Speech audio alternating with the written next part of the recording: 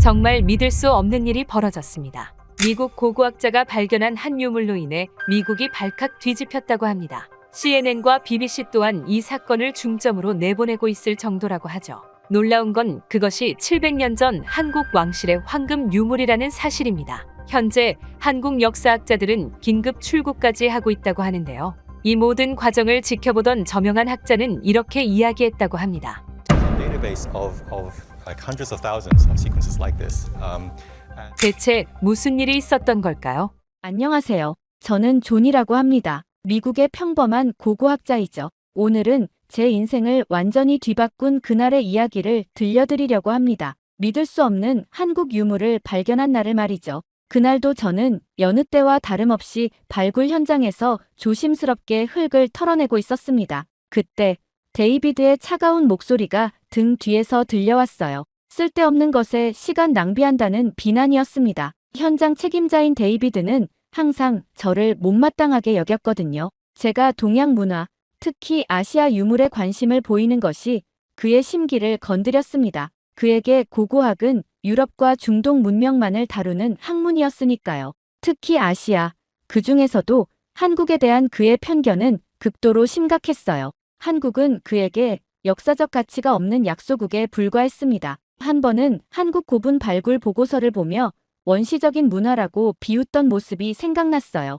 그의 시선이 등 뒤로 따갑게 느껴졌습니다. 저는 그의 편견에 반박하지 않고 묵묵히 작업을 계속했습니다. 그때였어요. 갑자기 손끝에 차가운 감촉이 느껴졌죠. 조심스럽게 흙을 털어내자 금빛이 반짝였습니다. 호기심에 더 집중해서 살펴보니 분명 인공물이었어요. 작은 황금 유물이 모습을 드러냈습니다. 섬세한 문양과 함께 이상한 기호들이 새겨져 있었죠. 가슴이 두근거렸습니다. 이런 유형의 유물은 이 지역에서 본 적이 없었어요. 데이비드를 불러 발견물을 보여주었습니다. 그는 마지못해 다가왔어요. 표정은 시큰둥했지만 유물을 보자 잠시 눈을 크게 떴습니다. 그러나 곧 무심한 얼굴로 돌아왔죠. 쓸모없는 아시아 잡동산이라는 그의 말이 날카롭게 꽂혔습니다. 만약 한국 물건이면 당장 갖다 버리라고 하더군요. 한국은 그에게 중국이나 일본의 그림자에 불과한 존재였으니까요. 그는 한국 문화가 독자적 가치가 없다는 편견을 노골적으로 드러냈죠. 저는 속으로 한숨을 쉬었습니다. 하지만 전문가로서의 직감이 이 유물에 뭔가 특별한 것이 있다고 말해주고 있었어요. 유물을 조심스럽게 들어 더 자세히 살펴보았습니다. 그때 눈에 띈 것은 유물 뒷면에 새겨진 낯선 문자들이었어요. 정확히 어떤 언어인지 알 수 없었지만 동아시아 계통임은 분명했습니다. 또한 테두리를 따라 새겨진 문양은 분명 한반도의 전통 문양과 유사했죠. 대학원 시절 동아시아 미술사 수업에서 본 적이 있었습니다. 유물에 한글로 보이는 문자가 새겨져 있다는 제 관찰에 데이비드는 비웃듯 반응했어요. 수천 킬로미터 떨어진 한국의 물건이 여기에 있을 리 없다며 한국은 고대부터 고립된 나라였고 국제적 영향력이 전무했다는 편견을 드러냈습니다. 그러나 저는 흔들리지 않았어요. 오히려 더 큰 호기심이 일었죠. 이 유물이 어떻게 아프리카까지 오게 되었는지, 어떤 역사적 의미를 가지고 있는지 밝혀내고 싶었습니다. 저는 유물을 조심스럽게 보관하고 더 자세한 조사를 위해 임시 연구실로 가져갔어요. 밤이 깊어가는 동안 저는 유물의 모든 세부 사항을 기록하고 사진을 찍었습니다. 컴퓨터로 이미지를 확대해 살펴보니 더 많은 것들이 보였어요. 분명 한글이었고 고려 시대의 문양이 새겨져 있었습니다. 가슴이 뛰었어요. 이것은 단순한 발견이 아닌 역사적인 순간일지도 모른다는 생각이 들었습니다. 저는 즉시 한국의 역사학자들에게 연락을 취하기로 결심했죠. 이 작은 황금 유물이 제 인생을 완전히 바꿔놓을 줄은 그때는 몰랐습니다. 이후 저는 한국 역사학자들과의 화상회의를 마치자마자 흥분으로 가슴이 뛰었습니다. 서울대학교의 박민준 교수가 제가 보낸 사진을 확인하고는 놀라움을 감추지 못했어요. 그는 즉시 미국에서 한국학을 연구하는 김지원 교수에게 연락했고 두 전문가는 며칠 내로 아프리카 현장을 방문하기로 결정했습니다. 기다림의 시간은 길게 느껴졌어요. 저는 밤낮으로 유물 주변의 발굴을 확장했습니다. 더 많은 증거를 찾길 바랐죠. 데이비드는 제 행동을 시간 낭비라고 비웃었지만 저는 개의치 않았어요. 직감이 이것이 중요한 발견임을 말해주고 있었습니다. 마침내 두 역사학자가 도착했습니다. 박민준 교수는 60대 중반의 노학자였고 김지원 교수는 40대 초반의 열정적인 한국학 전문가였어요. 두 사람 모두 유물을 본 순간 숨을 들이켰습니다. 그들의 눈빛에서 이것이 단순한 유물이 아님을 직감했어요. 존, 당신이 발견한 것은 단순한 유물이 아닙니다. 박 교수는 떨리는 목소리로 말했어요. 그는 확대경으로 유물을 자세히 살펴보며 계속했습니다. 이것은 고려시대 왕실에서 제작한 황금 봉수입니다. 약 700년 전 고려 왕실의 의례에 사용되던 매우 귀중한 보물이죠. 김 교수가 덧붙였어요. 그녀는 유물에 새겨진 한글을 가리키며 설명했습니다. 왕실의 축복과 번영을 기원하는 문구였고 제작 연도와 장인의 이름까지 새겨져 있었죠. 이 유물은 고려시대 예술적 기교의 정수를 보여주는 중요한 역사적 증거였습니다. 더욱 놀라운 사실은 이 유물이 어떻게 아프리카까지 오게 되었는지였어요. 역사학자들은 고려와 아프리카 대륙 간의 교류 가능성에 대해 열띤 토론을 벌였습니다. 13세기 고려 상인들이 실크로드를 통해 아프리카 북부까지 진출했을 가능성 또는 몽골 제국 시기에 외교 사절로 파견되었을 가능성 등이 제기되었죠. 다음 날 우리는 공식적인 기자회견을 열었습니다. 전 세계 언론이 모인 자리에서 박 교수와 김 교수는 이 발견의 역사적 중요성을 발표했어요. 고려시대 한국의 국제적 영향력과 문화적 교류를 재평가해야 할 증거라는 것이었습니다. 데이비드의 표정은 복잡했어요. 그는 회견장 뒤편에 서서 불편한 기색을 감추지 못했습니다. 한국 역사에 대한 그의 편견이 공개적으로 도전받는 순간이었죠. 데이비드는 여전히 이 발견의 중요성을 인정하지 않으려 했지만 이미 세계학계는 이 발견의 놀라움을 표하고 있었습니다. 발표가 끝난 후 CNN, BBC를 비롯한 주요 언론사들이 저와 두 교수를 인터뷰했어요. 유물은 즉시 특수 보관시설로 옮겨졌고 더 정밀한 분석을 위한 준비가 시작되었습니다. 저는 이 모든 과정 속에서 한국 역사의 깊이와 풍요로움에 점점 매료되어 갔어요.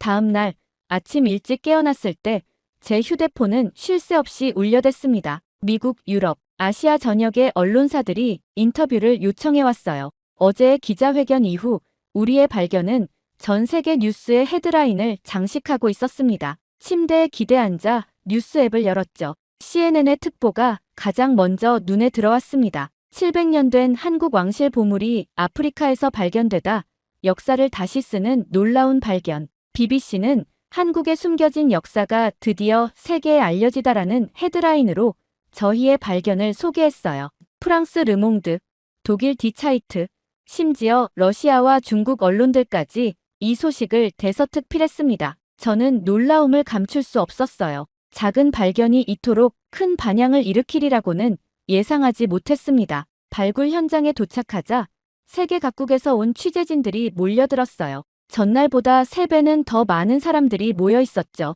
박민준 교수와 김지원 교수는 이미 현장에서 추가 조사를 진행하고 있었습니다. 그들의 얼굴에는 흥분과 기쁨이 가득했어요. 존, 당신의 발견 덕분에 한국 역사 연구에 새로운 장이 열렸습니다. 박 교수의 말에 가슴이 뿌듯해졌습니다. 그는 추가로 확인된 사실들을 설명했어요. 유물에 담긴 기술적 정교함은 당시 고려 장인들의 뛰어난 기술력을 증명하는 것이었고 유물에 새겨진 문양들은 고려 왕실의 국제적 교류를 암시하는 것이었습니다. 가장 흥미로운 점은 유물이 아프리카에서 발견된 것 자체였어요. 이는 13세기 동아시아와 아프리카 간의 교류가 우리가 알고 있던 것보다 훨씬 활발했음을 시사했습니다. 역사학자들은 실크로드를 통한 교역 경로를 재검토하기 시작했고 고려 상인들의 해상 무역로에 대한 새로운 가설이 제기되었죠. 소셜미디어에서도 이 소식은 폭발적인 반응을 얻고 있었어요. 트위터와 인스타그램에는 해시태그 한국보물 발견, 해시태그 고려왕실, 해시태그 역사재 발견 같은 해시태그가 트렌드를 장악했습니다. 전 세계 네티즌들이 한국 역사와 문화에 대한 관심을 표현하고 있었어요. 학계의 반응도 뜨거웠습니다. 하버드, 옥스퍼드, 소르본 대학의 역사학자들이 이 발견의 의미를 놓고 열띤 토론을 벌였어요. 특히 아시아 역사를 서구 중심적 관점에서만 바라보던 기존 시각에 대한 비판이 거세졌습니다. 한국학 연구자들은 그동안 과소평가되었던 한국의 세계사적 위치가 재조명받는 계기가 되었다며 환영했죠. 한국에서의 반응은 더욱 뜨거웠어요. 저녁 뉴스에서는 연일 특집 프로그램을 방영했고 국민적 자긍심이 고조되고 있다는 소식이 전해졌습니다. 한국 정부는 공식 성명을 통해 이 유물의 역사적 중요성을 강조하며 향후 연구와 보존을 위한 지원을 약속했어요. 데이비드조차 더 이상 이 발견의 중요성을 부인할 수 없었습니다. 그는 여전히 불편한 기색이 역력했지만 전 세계 언론과 학계의 관심 앞에서 조용히 물러서 있었어요. 언론의 스포트라이트는 저와 한국 학자들에게 집중되었죠. 그러다 결국 사건이 일어나고 말았죠. 며칠 뒤 미국 국립박물관으로부터 공식 지시가 내려왔습니다. 메일에는 역사적 가치가 높은 유물의 심층 조사를 위해 즉시 한국 방문 필요라고 적혀 있었어요. 처음에는 당황스러웠습니다. 아프리카 현장을 떠나야 한다는 것이 내키지 않았죠. 하지만 이것은 선택의 문제가 아니었습니다. 공식 지시였어요. 저는 한국에 대해 막연한 이미지만 갖고 있었습니다. 미국의 대학 교육에서도 한국 역사는 중국이나 일본에 비해 상대적으로 간략하게 다뤄질 뿐이었죠. 솔직히 말하면 한국 방문에 대한 기대보다는 약간의 부담감이 더 컸어요. 낯선 언어와 문화, 그리고 짧은 준비 기간이 저를 불안하게 했습니다. 발굴 현장의 동료들은 제 갑작스러운 한국행에 놀랐지만 축하의 말을 건넸어요. 심지어 데이비드조차 형식적이나마 인사를 건넸습니다. 그의 얼굴에는 여전히 불편한 기색이 역력했지만 이번 발견이 가져온 국제적 관심 앞에서 그도 어쩔 수 없이 인정할 수밖에 없었던 것 같았어요. 짐을 꾸리면서 저는 이 여정이 단순한 연구조사를 넘어서는 것일지도 모른다는 예감이 들었습니다. 제가 발견한 유물이 저를 수천 킬로미터 떨어진 낯선 나라로 이끌고 있었죠. 운명이란 참 신비로운 것이라는 생각이 들었어요. 12시간의 긴 비행 후 저는 마침내 인천국제공항에 도착했습니다. 입국장을 나서는 순간 저는 첫 번째 놀라움을 경험했어요. 공항은 제가 본 어떤 공항보다도 현대적이고 깨끗했습니다. 모든 것이 효율적으로 돌아가는 듯했죠. 디지털 안내 시스템, 로봇 안내원, 심지어 화장실의 첨단 설비까지 모든 것이 신선한 충격이었어요. 공항에서 서울로 향하는 길에 두 번째 놀라움이 찾아왔습니다. 고속도로는 깨끗하고 정돈되어 있었고 자율주행 버스들이 오가는 모습이 눈에 띄었어요. 멀리서 보이는 서울의 스카이라인은 상상했던 것보다 훨씬 현대적이고 웅장했습니다. 고층 빌딩들이 하늘을 찌를 듯 솟아 있었고 그 사이로 한강이 아름답게 흐르고 있었죠. 서울 도심에 들어서자 제 놀라움은 더욱 커졌어요. 첨단 기술이 일상에 녹아든 도시 풍경이 펼쳐졌습니다. 스마트 횡단보도, 디지털 광고판, 그리고 곳곳에서 이어폰을 끼고 바쁘게 오가는 사람들. 서울은 제가 상상했던 아시아의 작은 나라 수도가 아니었어요. 이곳은 미래를 선도하는 도시였습니다. 호텔에 짐을 풀고 잠시 휴식을 취한 후 저는 거리로 나섰어요. 저녁 시간의 서울은 또 다른 모습을 보여주었습니다. 네온사인과 LED 조명이 도시를 화려하게 수놓았고 식당과 카페는 활기찬 사람들로 가득했죠. 특히 인상적이었던 것은 젊은이들의 패션 감각과 에너지였어요. 그들은 자신감 넘치고 세련되었습니다. 거리의 음식 냄새에 이끌려 작은 식당에 들어갔어요. 처음 맛보는 한국 음식의 맛과 향에 감탄했습니다. 매운맛, 달콤한 맛, 짠맛이 조화롭게 어우러진 요리들은 새로운 경험이었죠. 옆 테이블의 젊은이들은 스마트폰으로 음식 사진을 찍어 실시간으로 공유하고 있었어요.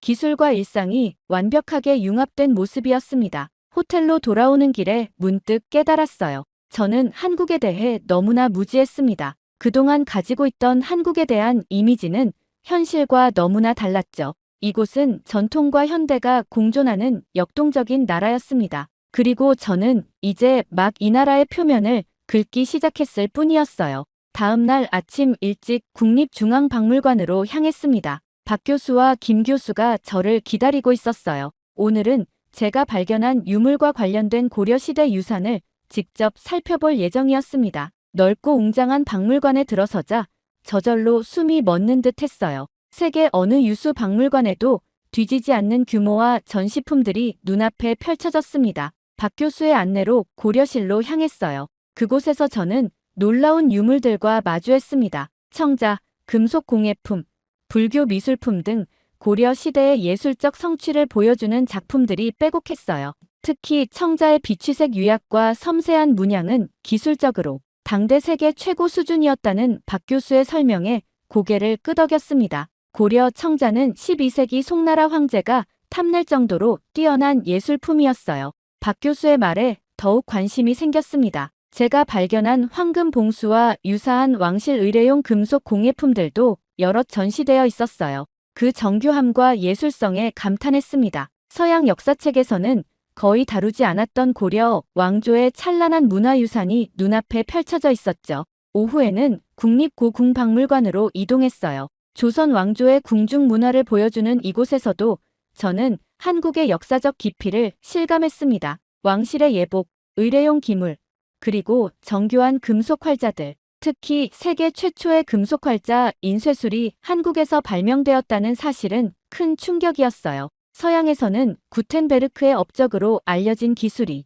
이미 한국에서는 200년 전에 실용화되어 있었다는 것이었습니다. 세계사의 많은 부분이 서구 중심적 시각으로 쓰여졌기 때문에 한국의 문화적 성취는 종종 과소평가되어 왔죠. 김 교수의 말에 깊이 공감했어요. 저 자신도 그러한 편향된 역사관을 무의식적으로 내면화하고 있었음을 인정할 수밖에 없었습니다. 박물관을 나와 경복궁으로 향했어요. 도심 한가운데 위치한 웅장한 궁궐 건축물에 또 한 번 감탄했습니다. 전통 건축의 아름다움과 과학적 설계에 놀랐어요. 특히 인상적이었던 것은 창덕궁의 후원이었습니다. 자연과 인공의 조화로운 어울림, 계절의 변화를 고려한 설계는 서양의 형식적인 정원과는 전혀 다른 미학을 보여주었어요. 한국의 전통 건축은 자연과의 조화를 중시하는 철학이 담겨 있었습니다. 저녁에는 한국의 전통 공연을 관람했어요. 궁중음악과 무용, 판소리 등 다양한 전통 예술에 깊은 감명을 받았습니다.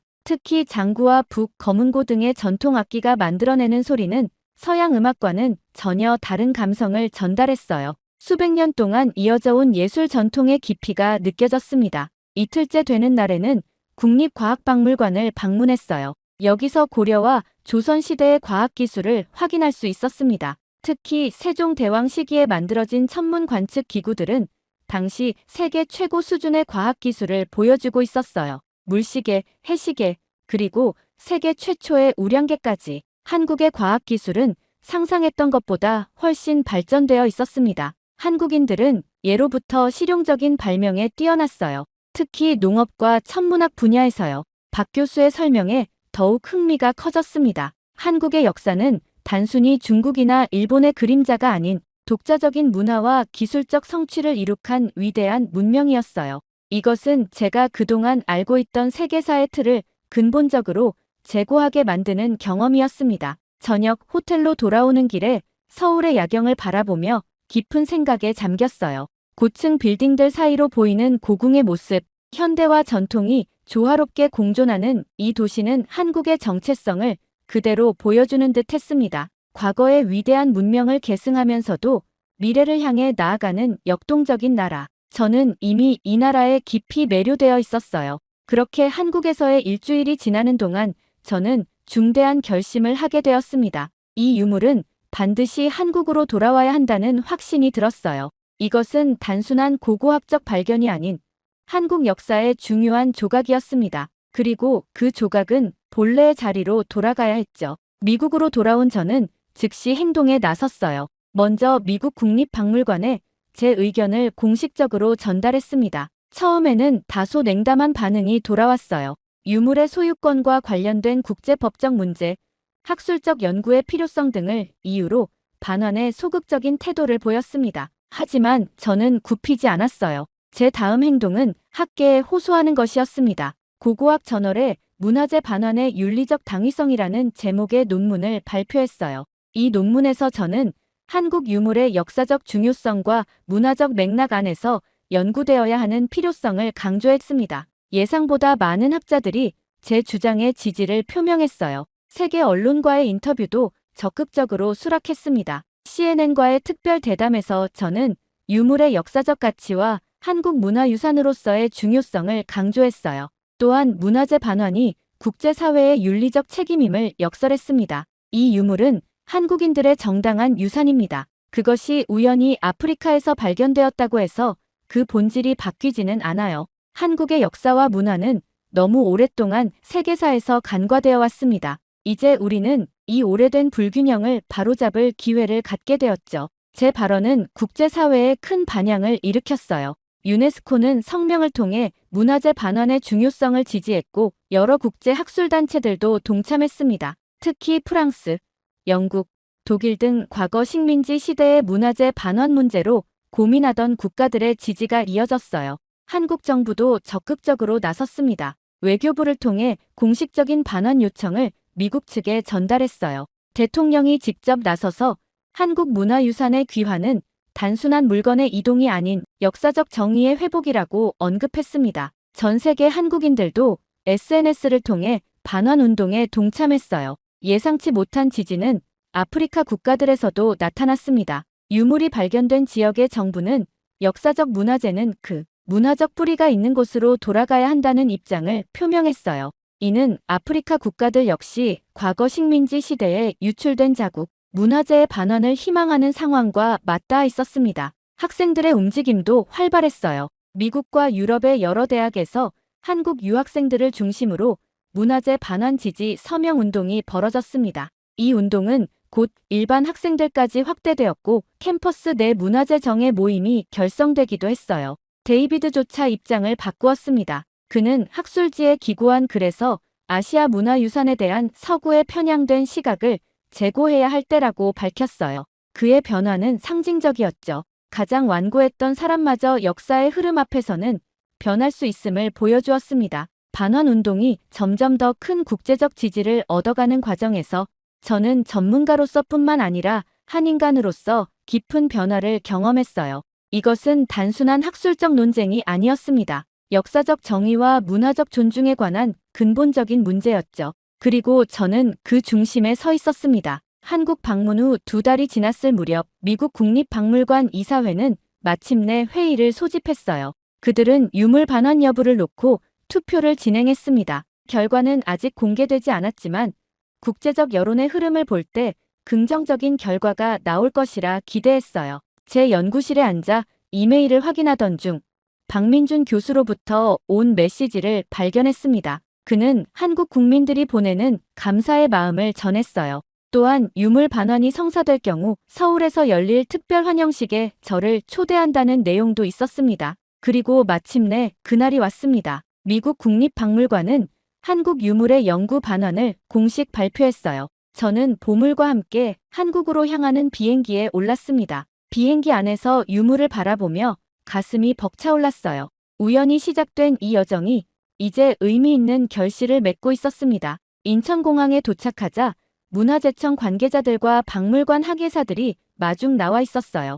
간소하지만 정중한 환영식이 공항 VIP룸에서 진행되었습니다. 문화재청장이 직접 감사의 인사를 전했고 저는 유물의 안전한 귀환을 위해 노력해준 모든 이들에게 고마움을 표했어요. 국립중앙박물관으로 향하는 길에 여러 생각이 교차했습니다. 발견부터 귀환까지 짧지만 강렬했던 여정이 주마등처럼 스쳐 지나갔어요. 차창 밖으로 보이는 서울의 풍경이 이제는 낯설지 않게 느껴졌습니다. 박물관에 도착하자 소규모 인수식이 거행되었어요. 정부 인사들과 학계 관계자들이 참석한 자리에서 저는 유물을 문화재청장에게 공식적으로 전달했습니다. 조용한 박수 소리가 객석에서 울려 퍼졌어요. 몇몇 참석자들의 눈가에 감동의 눈물이 비쳤습니다. 다음 날 아침, 박물관은 평소보다 일찍 문을 열었어요. 귀환한 유물을 보기 위해 많은 시민들이 차분히 줄을 서 있었습니다. 그들의 표정에서 진지함과 자부심을 읽을 수 있었어요. 노부부가 손주에게 유물의 의미를 설명하는 모습, 대학생들이 메모를 하며 유물을 관찰하는 모습이 인상적이었습니다. 언론의 관심도 뜨거웠어요. 주요 신문들은 일제히 일면에 유물 귀환 소식을 실었고 텔레비전에서는 특집 다큐멘터리를 방영했습니다. 그러나 축제 분위기라기보다는 역사적 의미를 되새기는 차분한 톤이었어요. 한국인들은 감정을 과하게 표현하지 않으면서도 깊은 자긍심을 느끼고 있었습니다. 박민준 교수가 저를 저녁 식사에 초대했어요. 그는 한국인들의 마음을 대변하듯 진심 어린 감사를 전했습니다. 우리 역사의 한 조각을 되찾는데 도움을 주셔서 정말 감사합니다. 이것은 단순한 유물의 귀환을 넘어 우리 문화에 대한 국제적 인식을 높이는 계기가 되었습니다. 식사를 마치고 호텔로 돌아오는 길에 한 중학교 앞을 지나쳤어요. 게시판에 우리 문화재 환영 글귀가 보였습니다. 작은 표현이었지만 그 속에 담긴 진심이 느껴졌습니다. 다음 날, 저는 박물관에서 열린 소규모 학술 세미나에 참석했어요. 한국의 역사학자들과 고고학자들이 모여 유물의 역사적 의미와 향후 연구 방향에 대해 토론했습니다. 학문적이고 진지한 분위기 속에서도 그들의 눈빛에서 자부심을 느낄 수 있었어요. 귀국을 하루 앞둔 저녁, 문화재청에서 작은 만찬이 열렸습니다. 그 자리에서 저는 문화재 보호 공로로 감사패를 받았어요. 화려한 행사는 아니었지만 그 속에 담긴 한국인들의 진심 어린 감사가 가슴에 깊이 와닿았습니다. 그렇게 미국으로 돌아온 지 한 달이 지났습니다. 캠퍼스의 일상으로 복귀했지만 제 마음은 여전히 한국에 머물러 있었어요. 연구실 벽에는 한국에서 찍은 사진들과 한글로 된 달력이 걸려 있었습니다. 책상 위에는 한국어 교재가 놓여 있었죠. 저는 매일 아침 한국어 공부로 하루를 시작했어요. 대학에서는 제게 한국 역사와 문화에 관한 특별 강의를 개설해달라는 요청이 들어왔습니다. 처음에는 주저했지만 한국의 역사와 문화적 가치를 더 많은 사람들에게 알릴 수 있는 기회라고 생각했어요. 강의실은 항상 학생들로 가득 찼고 그들의 눈에서 한국 문화에 대한 호기심과 관심을 볼 수 있었습니다. CNN과의 특별 인터뷰에서 저는 한국에 대한 제 변화된 시각을 솔직하게 이야기했어요. 한국은 위대한 역사와 문화를 가진 놀라운 나라입니다. 오랫동안 서구 중심적 역사관 속에서 제대로 평가받지 못했지만 한국 문명의 깊이와 독창성은 세계 어느 문화에도 뒤지지 않아요. 저는 그동안의 무지를 부끄럽게 생각합니다. 데이비드와도 화해했습니다. 그는 저에게 찾아와 자신의 편견을 인정했어요. 우리는 함께 한국학 연구 프로젝트를 기획하기 시작했고 그 역시 한국 역사에 대한 관심을 키워가고 있었습니다. 한국국립중앙박물관에서 객원연구원 제안을 받았을 때 저는 망설임 없이 수락했어요. 6개월간의 연구 기회는 제 학문적 여정의 새로운 전환점이 될 것 같았습니다. 학과장은 제 결정을 적극 지지해 주었고 동료들도 진심 어린 축하를 보내주었어요. 출발 전날 밤, 저는 제 아파트 베란다에 앉아 밤하늘을 바라보았습니다. 한 달 전, 아프리카 발굴 현장에서 우연히 발견한 작은 유물이 제 인생을 완전히 바꿔놓았다는 사실이 믿기지 않았어요. 때로는 가장 작은 발견이 가장 큰 변화를 가져온다는 진리를 다시 한번 깨달았습니다. 다음 날 비행기를 타기 위해 짐을 정리하면서 제 마음은 이미 서울로 향해 있었어요. 책장에서 한국 역사책을 꺼내 가방에 넣으며 생각했습니다. 이것은 단순한 연구 여행이 아닌 제 삶의 새로운 장을 여는 여정이었죠. 서재 벽에 걸린 유물 사진을 바라보며 미소 지었어요. 그 작은 황금 조각이 저에게 가르쳐준 것은 단순한 역사적 사실이 아니었습니다. 다른 문화를 진정으로 이해하고 존중하는 마음, 그리고 편견 없이 세상을 바라보는 시선이었죠. 저는 이제 한국과의 인연을 더 깊게 이어가고 싶었습니다. 그리고 그 여정은 이제 막 시작되고 있었어요. 정말 충격적인 일이 일어났습니다. 최근 미국에서 예상치 못한 인물이 큰 화제가 되고 있다고 합니다. 놀라운 건 그가 바로 한국인이라는 점이죠. 각종 서점에서는 이 인물의 책이 쉬지 않고 팔리며 심지어는 연구 대상까지 되고 있다고 하는데요. 이 현상을 지켜보던 한 해군 장교는 이런 이야기까지 했다고 합니다. For the long haul. As you know, there's some 50 countries that are part of the UDCG, which extend. 대체 무슨 일이 있었던 걸까요? 안녕하세요. 저는 맥스웰이라고 합니다. 뉴욕타임스의 국제문화부 기자죠. 세계 각국의 문화 현상을 취재하는 일을 하고 있습니다. 물론 한국가만 빼고요. 바로 한국말이죠. 어릴 때부터 저희 집안은 한국에 대한 부정적인 시각이 강했어요. 할아버지는 한국전쟁 참전 용사였는데 식탁에서 자주 한국인들은 자신들의 역사를 과장하고 미화하는 민족이라고 말씀하셨습니다. 아버지도 비슷한 생각이었죠. 사업차 한국에 방문했다가 그들은 항상 자신들의 문화가 최고라고 주장하지만 사실 대부분 중국과 일본에서 베낀 것이라며 불만을 토로했어요. 그러다 보니 저 또한 자연스럽게 한국을 부정적인 시각으로 바라보게 되었습니다. 한국인들을 만나면 괜스레 피하게 되었고 한국인 동료들과는 절대 가까워지지 않았죠. 특히 이런 문화를 취재하는 기자로서 할아버지의 말씀대로 역사를 과장하고 미화하는 민족들과 함께하면 객관성을 잃을 테니까요. 이러한 저에게 최근 벌어지는 일은 꽤나 이상했습니다. 미국 내에서 이순신이라는 한국의 역사적 인물이 갑자기 화제가 된 겁니다. 처음 들었을 때는 한국의 또 다른 K-팝 스타인 줄 알았어요. 그런데 400년도 더 전에 살았던 조선 시대 해군 장군이라는 거죠. 편집장으로부터 연락이 왔습니다. 시카고의 반스앤노블 서점에서 특이한 현상이 벌어지고 있으니 취재해보라고 했어요. 서점에 도착했을 때 저는 제 눈을 의심했습니다. 서점 입구에는 아드미럴 이불멸의 전설이라는 제목의 만화책이 전시되어 있었고 12만 부 판매 돌파 문구가 크게 걸려 있었어요. 서점 매니저는 처음에는 소량만 주문했는데 온라인에서 화제가 되면서 불티나게 팔리기 시작했다고 했습니다. 이 책을 주제로 한 독자 모임까지 생겨서 매주 토요일마다 진행하는데 자리가 없을 정도로 인기라고 했어요. 독자 모임에는 한국계 미국인뿐만 아니라 다양한 인종의 사람들이 참석했습니다. 모임이 끝난 후 참석자들과 이야기를 나눴어요. 50대 백인 남성은 넷플릭스에서 명량이라는 영화를 우연히 보게 되었다고 했습니다. 처음에는 그냥 액션 영화인 줄 알았는데 실화라는 걸 알고 충격받았다고 해요. 어떻게 12척의 배로 330척을 상대할 수 있냐며 더 찾아보기 시작했다고 했습니다. 30대 흑인 여성은 유튜브 알고리즘 때문에 알게 되었다고 했어요. 처음에는 이게 판타지인 줄 알았는데 실제 역사라니 믿을 수 없었다며 이순신은 마치 동양의 슈퍼히어로 같다고 말했습니다. 호텔로 돌아와 노트북을 열고 이순신에 대해 검색했어요. 영어로 된 자료들이 상당히 많았습니다. 하지만 대부분의 내용이 너무 과장되어 보였어요. 12척으로 330척을 격파, 50번의 전투에서 무패, 죽음 직전까지 전투를 지휘,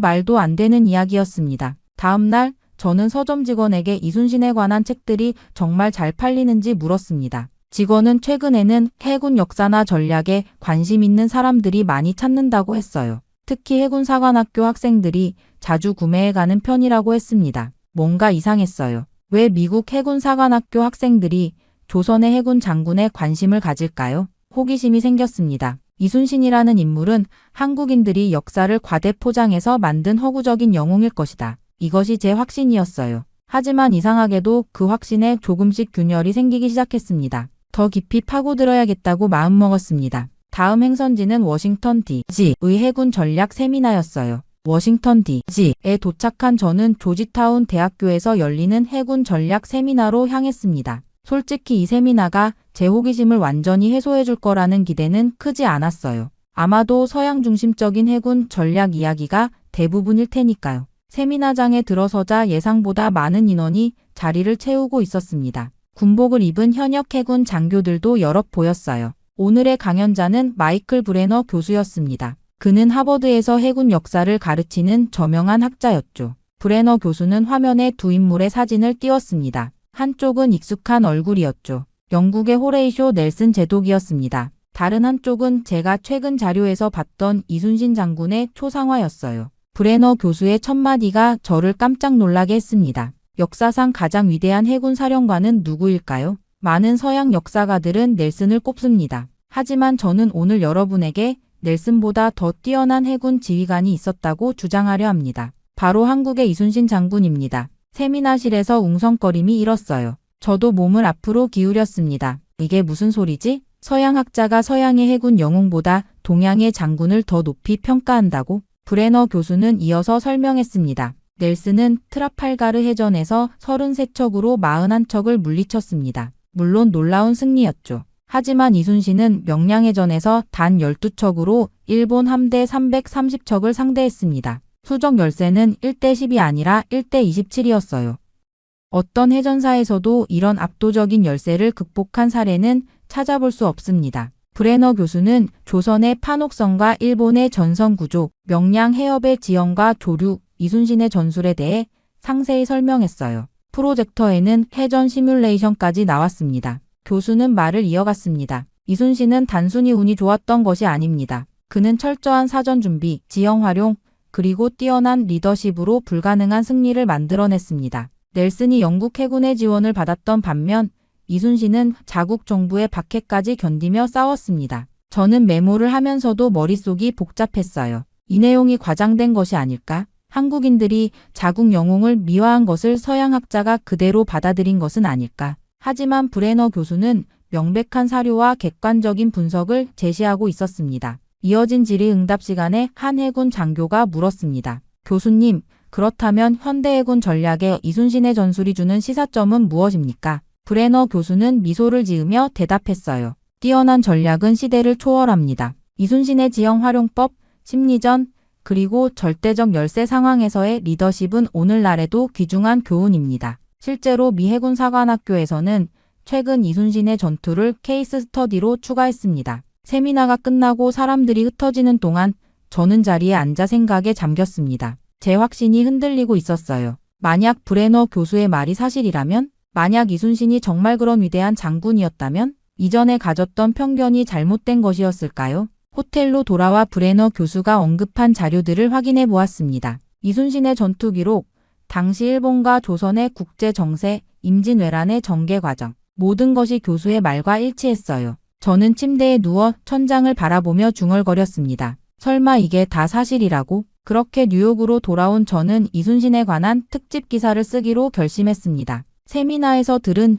내용에 대한 의구심과 제 의견을 담아 반박 기사를 써내려갔어요. 제 기사의 제목은 과장된 영웅 이순신 신화의 실체였습니다. 기사에서 저는 이순신의 업적이 한국인들에 의해 과장되었을 가능성과 서양과 동양의 해전을 직접 비교하는 것의 문제점을 지적했습니다. 기사를 완성한 후 편집장에게 제출했습니다. 편집장은 제 기사를 꼼꼼히 읽더니 만족스러운 표정을 지었고 논쟁적이지만 가치 있는 기사라며 내일호에 실을 테니 준비하라고 했어요. 놀랍게도 제 기사는 뉴욕타임스 문화면에 대문짝만하게 실렸고 온라인 버전은 몇 시간 만에 조회수 10만을 넘겼습니다. 댓글란은 열띤 논쟁으로 가득 찼어요. 한국계 미국인들은 분노했고 많은 독자들은 이순신의 업적을 의심하는 제 주장에 반발했습니다. 반면 일부 독자들은 제 의견에 동조하며 동양의 역사가 종종 과장된다고 주장했어요. 하지만 미국 학계의 반응은 엇갈렸어요. 워싱턴 대학의 해군사 전문가 존 카터 교수는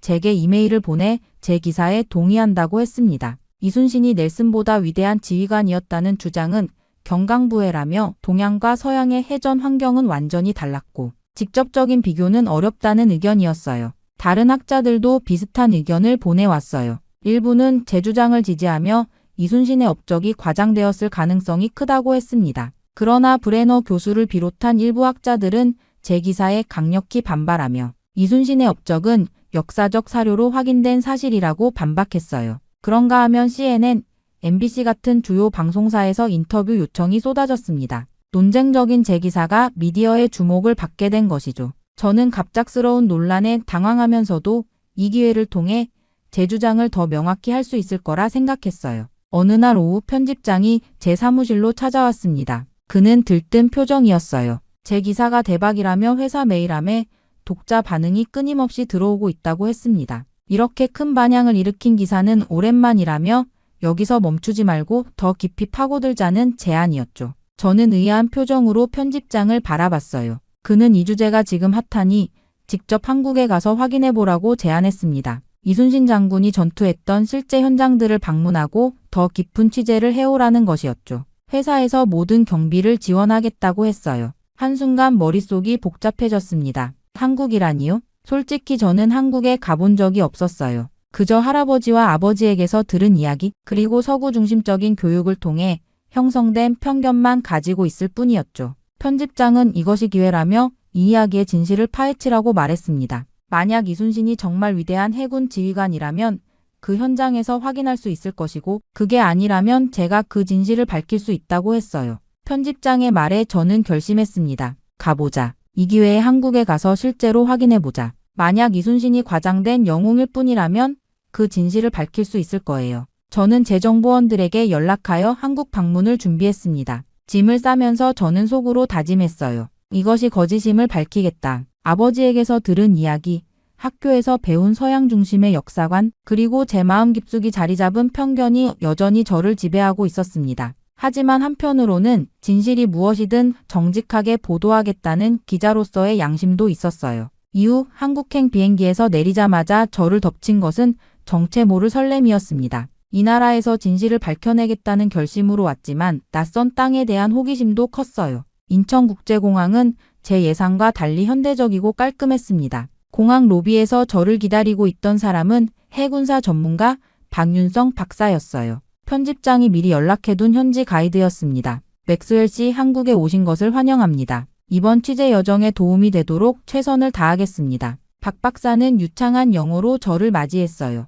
그는 50대 중반의 단정한 모습이었고 미국 예일대학에서 해군사로 박사 학위를 받았다고 했습니다. 저는 여전히 의구심을 품은 채 그를 따라 공항을 빠져나왔어요. 지금부터 우리는 서울역으로 이동해 KTX를 타고 통영으로 갈 겁니다. 통영은 이순신 장군이 한산도 대첩을 지휘했던 곳 근처예요. 공항에서 서울역까지는 공항철도를 이용했습니다. 깨끗한 객실과 정확한 시간 운행에 살짝 놀랐어요. 서울역에 도착하니 웅장한 현대식 건물이 저를 반겼습니다. 마치 미래의 우주선 정거장 같았어요. 여기서 KTX를 타고 통영 근처의 역까지 가는데 약 3시간 정도 걸립니다.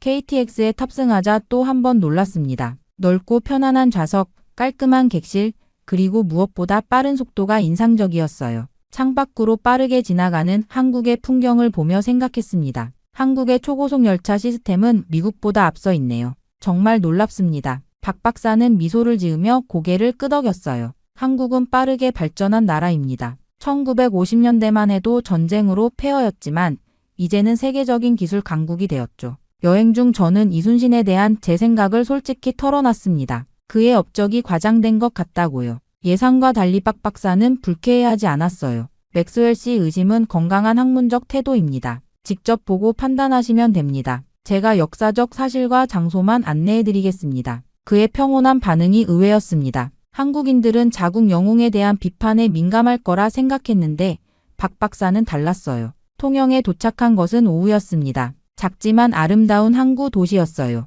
바다가 보이는 레스토랑에서 첫 한국 식사를 했습니다. 신선한 해산물과 다양한 반찬들이 테이블을 가득 채웠어요. 이건 통영의 전통 해산물 요리입니다. 한번 드셔보세요. 처음 맛보는 한국 음식이었지만 놀라울 정도로 맛있었습니다. 신선한 재료와 독특한 양념의 조화가 입맛을 사로잡았어요. 특히 해물탕이라는 매콤한 해산물 스튜가 인상적이었습니다. 한국 음식이 이렇게 다양하고 맛있을 줄 몰랐어요. 미국에서 접한 한식은 대부분 불고기와 김치뿐이었거든요. 식사를 마친 후 우리는 통영 시내를 잠시 둘러보았습니다. 현대적인 건물들 사이로 전통적인 한옥들이 보였고 곳곳에 이순신 장군의 동상과 기념물이 있었어요. 무엇보다 인상적이었던 것은 도시 전체가 바다와 조화를 이루고 있다는 점이었습니다. 호텔에 체크인하며 창밖으로 보이는 통영의 야경을 바라보았어요. 불빛이 바다에 반사되어 마치 별이 내려앉은 듯 했습니다. 낯선 나라지만 왠지 모르게 편안함을 느꼈어요.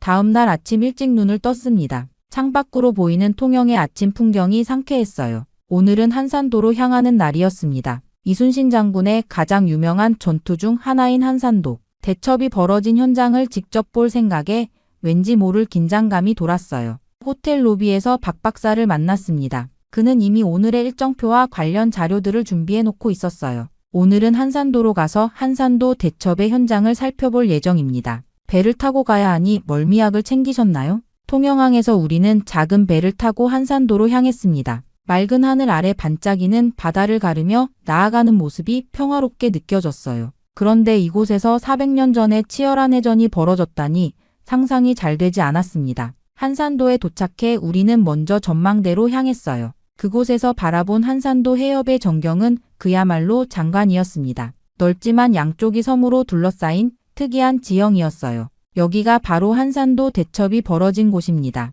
1592년 8월 이순신 장군은 56척의 조선 수군으로 73척의 일본 함대를 완전히 격파했어요. 박 박사는 이순신이 어떻게 하객진 전술을 활용했는지 설명했습니다. 하객진은 기러기가 날아가는 형상을 본떠 만든 진법으로 중앙에서 적을 유인한 후 양쪽에서 포위하는 전략이었어요. 이순신은 이 좁은 해협의 지형을 완벽하게 활용했습니다. 일본 함대를 유인해 들어오게 한 뒤 양쪽에서 포위해 공격했죠. 또한 이곳의 빠른 조류를 이용해 적의 대형을 흐트러뜨렸고요. 저는 그 설명을 들으며 해협을 자세히 살펴봤습니다. 좁은 입구, 넓은 내, 그리고 빠르게 흐르는 조류. 이 자연적인 요소들을 전술적으로 활용한 이순신의 지략이 놀라웠어요. 넬슨도 트라팔가르 해전에서 지형을 활용했지만 이런 식의 함정 전술은 아니었습니다. 이순신의 하객진은 수적 열세를 극복하기 위한 창의적인 전략이었죠. 박 박사의 설명을 들으며 제 머릿속에 한 가지 의문이 떠올랐습니다.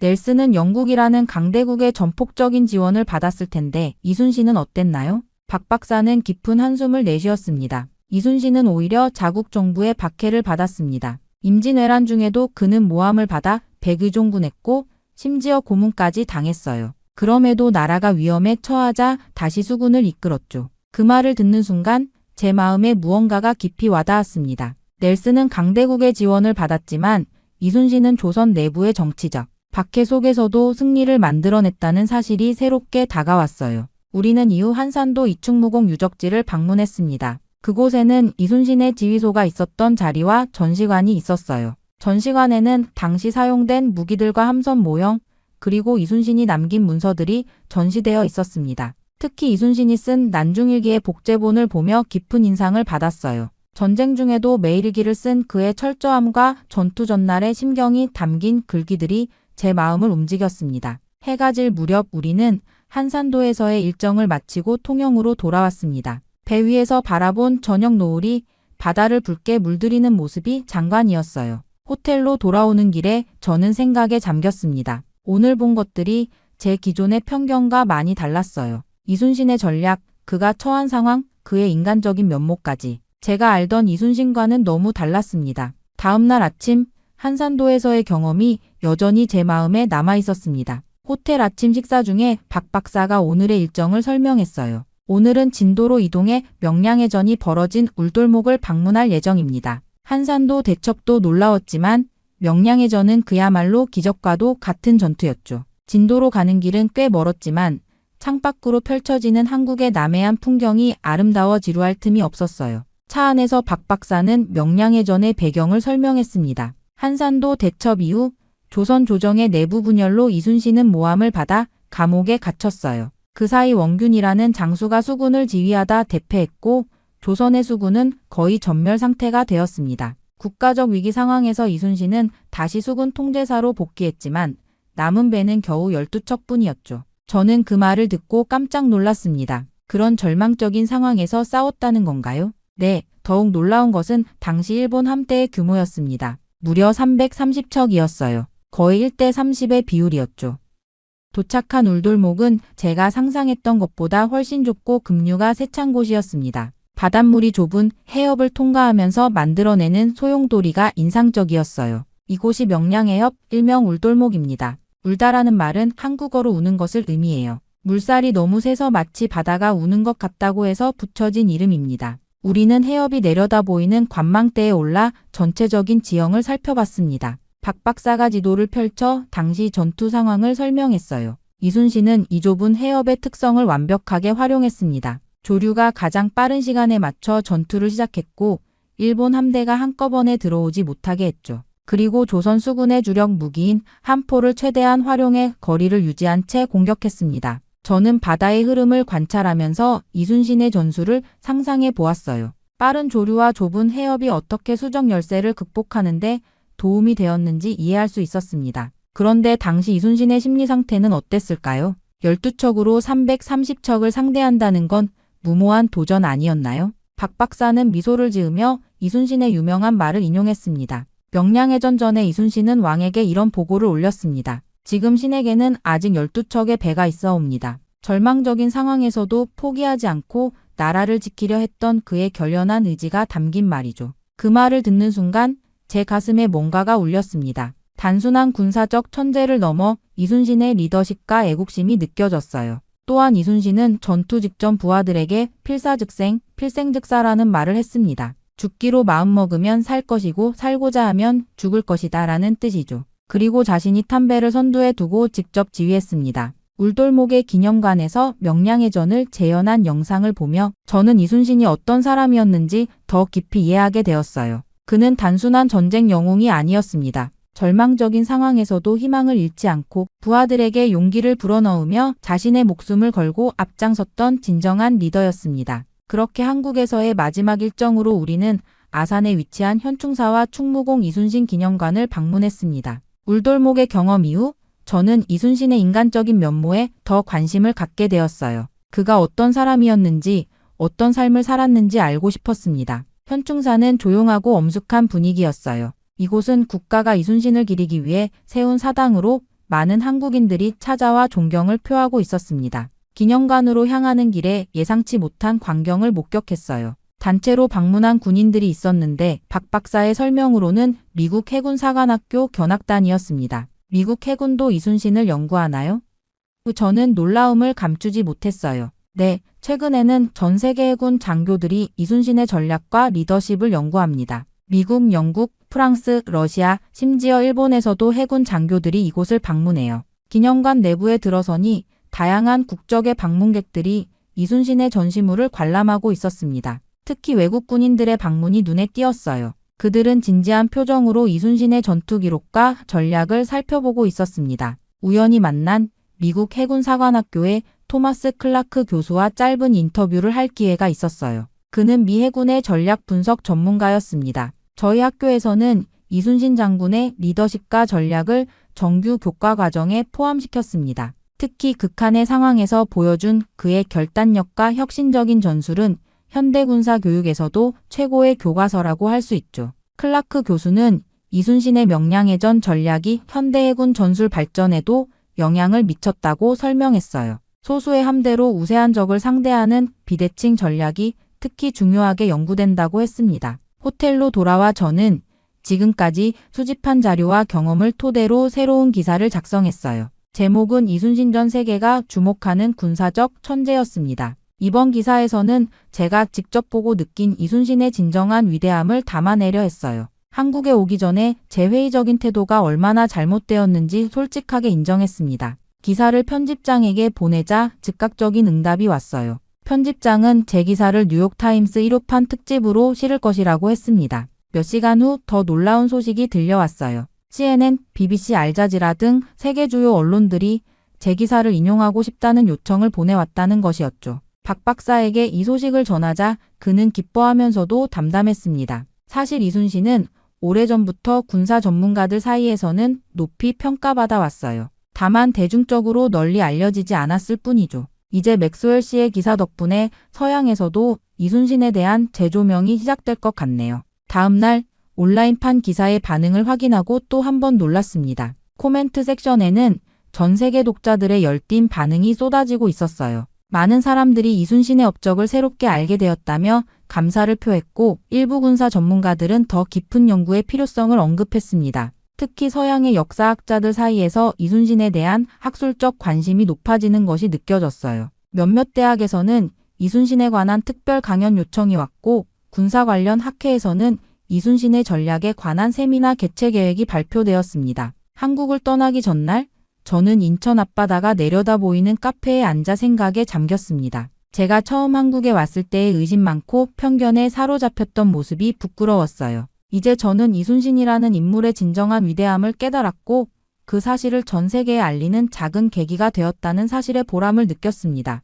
미국으로 돌아오는 비행기 안에서 저는 지난 2주간의 여정을 돌아보았습니다. 인천공항을 떠나기 전 박 박사와 나눈 마지막 대화가 계속 머릿속에 맴돌았어요. 맥스웰 씨 처음 만났을 때 이순신에 대해 회의적이었던 모습과 지금의 모습이 참 다르네요. 그의 말에 저는 솔직히 대답했습니다. 제 평생 가졌던 편견이 완전히 무너졌어요. 할아버지와 아버지에게서 들었던 이야기들이 얼마나 잘못되었는지 깨달았습니다. 뉴욕에 도착하자마자 편집장이 저를 불렀습니다. 제 기사가 엄청난 반향을 일으키고 있다는 소식이었어요. 편집장은 이순신에 대한 심층기획 시리즈를 준비하자고 제안했습니다. 맥스웰, 자네 기사는 우리 신문 역사상 가장 많은 호응을 받은 기사 중 하나가 되었어. 이걸 더 발전시켜서 이순신의 리더십과 전략, 그리고 인간적인 면모를 다룬 시리즈를 만들자고. 저는 즉시 작업에 착수했어요. 한국에서 수집한 방대한 자료와 경험을 토대로 8부작 심층기획 시리즈를 기획했습니다. 첫 번째 기사가 발행된 날 뉴욕타임스 사옥 앞에는 독자들의 긴 줄이 늘어섰어요. 온라인 구독자 수도 기록적으로 늘어났습니다. 더욱 놀라운 일은 그 다음에 일어났어요. 저에게 다큐멘터리 제작 제안이 들어온 것입니다. PBS와 디스커버리 채널에서 이순신의 생애와 업적을 다룬 다큐멘터리를 제작하고 싶다며 저를 자문으로 초빙했습니다. 이순신의 이야기는 단순한 역사가 아닌 인류 보편적 가치를 담은 서사입니다. 우리는 이 프로젝트를 통해 동서양의 경계를 넘는 위대한 지도자의 모습을 보여주고 싶습니다. 프로듀서의 말에 공감하며 저는 다큐멘터리 작업에 적극 참여했어요. 6개월의 제작 기간 동안 다시 한국을 방문하기도 했고 해군 전문가들과의 인터뷰도 진행했습니다. 완성된 다큐멘터리 불멸의 제독 이순신은 미국 프라임타임에 방영되었고 이후 전 세계 40개국 이상에서 번역되어 상영되었어요. 다큐멘터리가 방영된 후 놀라운 변화들이 일어났습니다. 뉴욕의 해군 박물관에서는 이순신 특별전이 열렸고 하버드 대학교에서는 이순신의 리더십을 주제로 한 국제학술대회가 개최되었어요.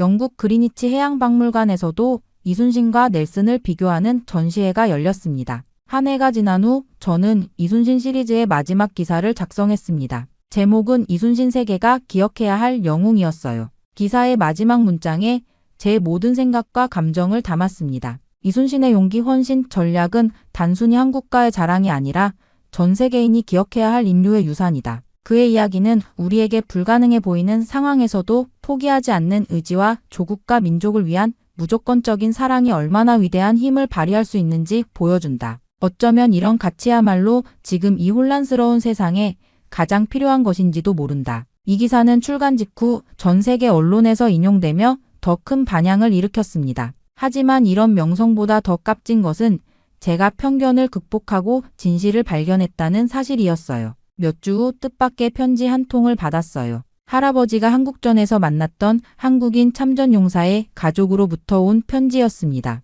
그들은 제 기사와 다큐멘터리를 보고 감사의 마음을 전하고 싶다고 했어요. 그 편지를 읽으며 저는 이제 이순신이 더 이상 한국만의 영웅이 아니라 세계가 기억하는 위인이 되었음을 실감했습니다. 그리고 저는 그 역사적인 순간의 작은 부분이 되었다는 사실에 깊은 자부심을 느꼈어요. 한국인은 뒤통수치기 전문인 국가 아니었어. 지금이라도 중국으로 진출하는 게 태국 경제가 살아나는 길이야. 여기 태국 유명한 호텔의 호텔리어가 한국의 배신 때문에 100억 프로젝트가 무너졌다며 분노하고 있습니다. 이 호텔리어는 한국이 착각하고 있는 게 있다며 한국의 상위 대체제는 중국이라고 선언하고 베이징으로 떠나는데요. 중국의 특급 호텔에서 프로젝트를 기획하며 한국의 실체를 SNS에 고발하던 그녀는 얼마 지나지 않아 엄청난 충격에 휩싸인다고 합니다. 대체 이 호텔리어에겐 무슨 일이 있던 걸까요? 오늘의 사연 들어보겠습니다. 안녕하세요. 제 이름은 린다입니다. 저는 태국에서 가장 큰 호텔 그룹 중 하나인 센타라에서 근무하고 있어요.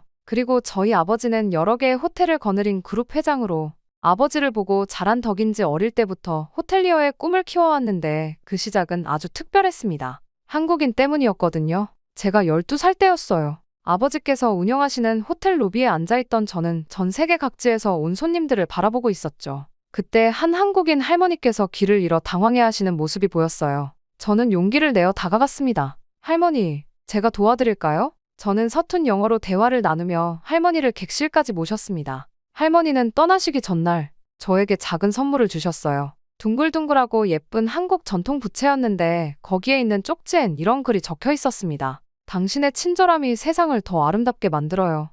그때부터였을까요? 호텔이라는 곳에 빠져들기 시작했습니다. 고등학교를 졸업할 때까지 아버지의 호텔에서 아르바이트를 하며 경험을 쌓았어요. 리셉션에서 체크인 업무를 돕고 레스토랑에서 서빙도 했죠. 손님들의 미소를 볼 때마다 가슴이 벅찼습니다. 린다, 호텔리어가 되고 싶다고. 어느 날 저녁 아버지께서 물으셨죠. 네, 아버지. 저 꼭 호텔리어가 될 거예요. 그래, 그러면 네가 세계 최고의 교육을 받았으면 좋겠구나. 그렇게 저는 스위스 글리온 호텔경영대학에 진학하게 됐습니다. 입학하던 날 푸른 알프스 산맥을 배경으로 한 캠퍼스는 마치 동화 속 성 같았어요. 하지만 그곳에서의 생활은 결코 쉽지 않았습니다. 매일 새벽 5시 기상. 완벽한 유니폼 착용을 위해 구두도 반드시 구두약을 발라 광을 내야 했죠. 조금이라도 늦으면 그날의 실습 참여가 제한됐으니까요. 린다, 이 와인의 특징을 설명해 보렴. 와인 수업에서 교수님이 물으셨어요. 네. 이 와인은 2015년산 보르도 지역의 카베르네 소비뇽으로 블랙베리와 바닐라 향이 조화롭게 어우러져 있습니다.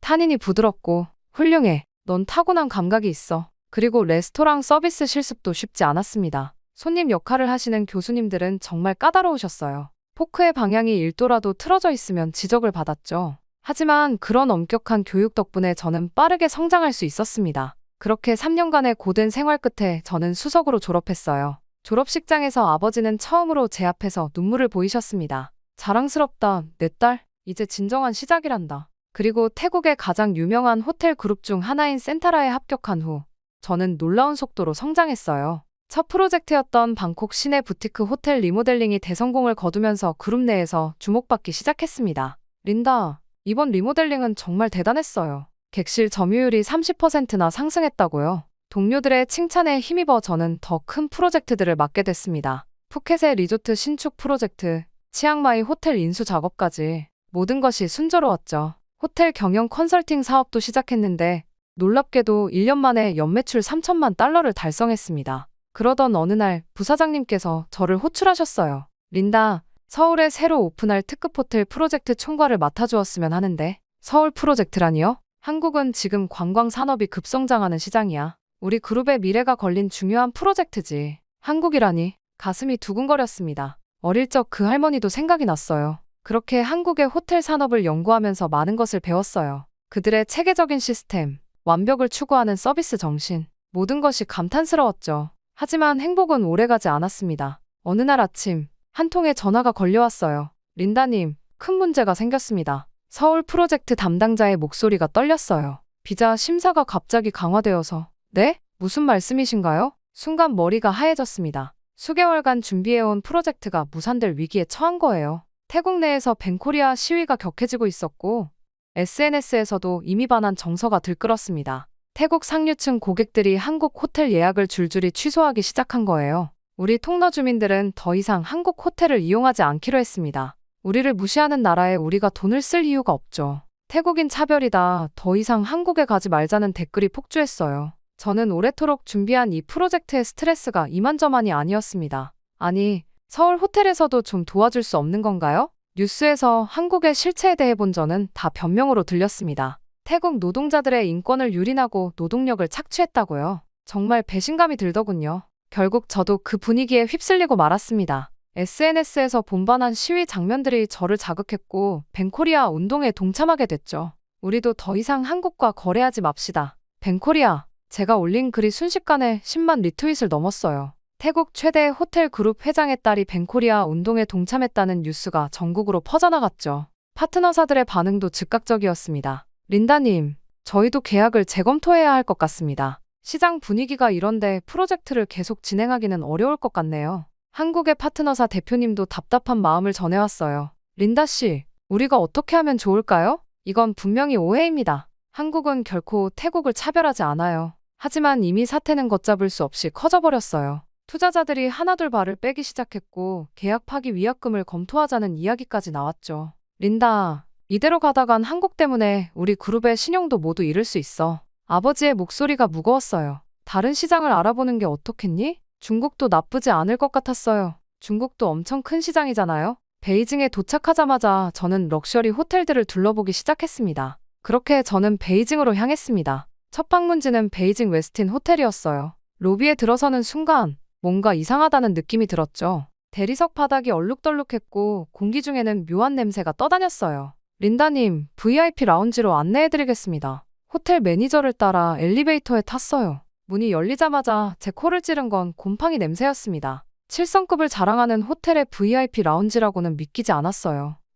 이 냄새는 뭔가요? 아, 습도 때문에 좀 그렇습니다. 곧 해결될 거예요. 하지만 더 놀라운 건 따로 있었어요. VIP 라운지의 뷔페 코너에서는 믿기 힘든 광경이 펼쳐지고 있었거든요. 한 손님이 접시에 음식을 산처럼 쌓아 올리고 있었어요. 디저트 접시에 메인 요리를 올리고 그 위에 또 다른 디저트를 마구 쌓아 올리는 시기였죠. 더 충격적인 건 그 다음이었어요. 어떤 손님이 조심스레 주변을 살핀 후 가방에서 비닐봉지를 꺼내더니 음식을 담기 시작하는 거예요. 저기요, 손님이 음식을? 쉿, 린다님, 제발요. 저희도 알지만 어쩔 수 없어요. 그리고 화장실에 들어갔을 때는 정말 충격이었습니다. 바닥은 끈적거렸고 세면대 주변은 물이 널브러져 있었어요. 변기 주변은 차마 설명하기도 힘든 상태였죠. 매일 청소하시는 거 맞나요? 물론이죠. 하루에 3번이나 하는걸요. 하지만 손님들이 워낙 험하게 쓰셔서요. 다음날 방문한 고급 레스토랑의 모습은 더욱 충격적이었습니다. 웨이터가 안내하는 순서도 무시한 채 손님들이 마음대로 자리를 옮겨 다녔어요.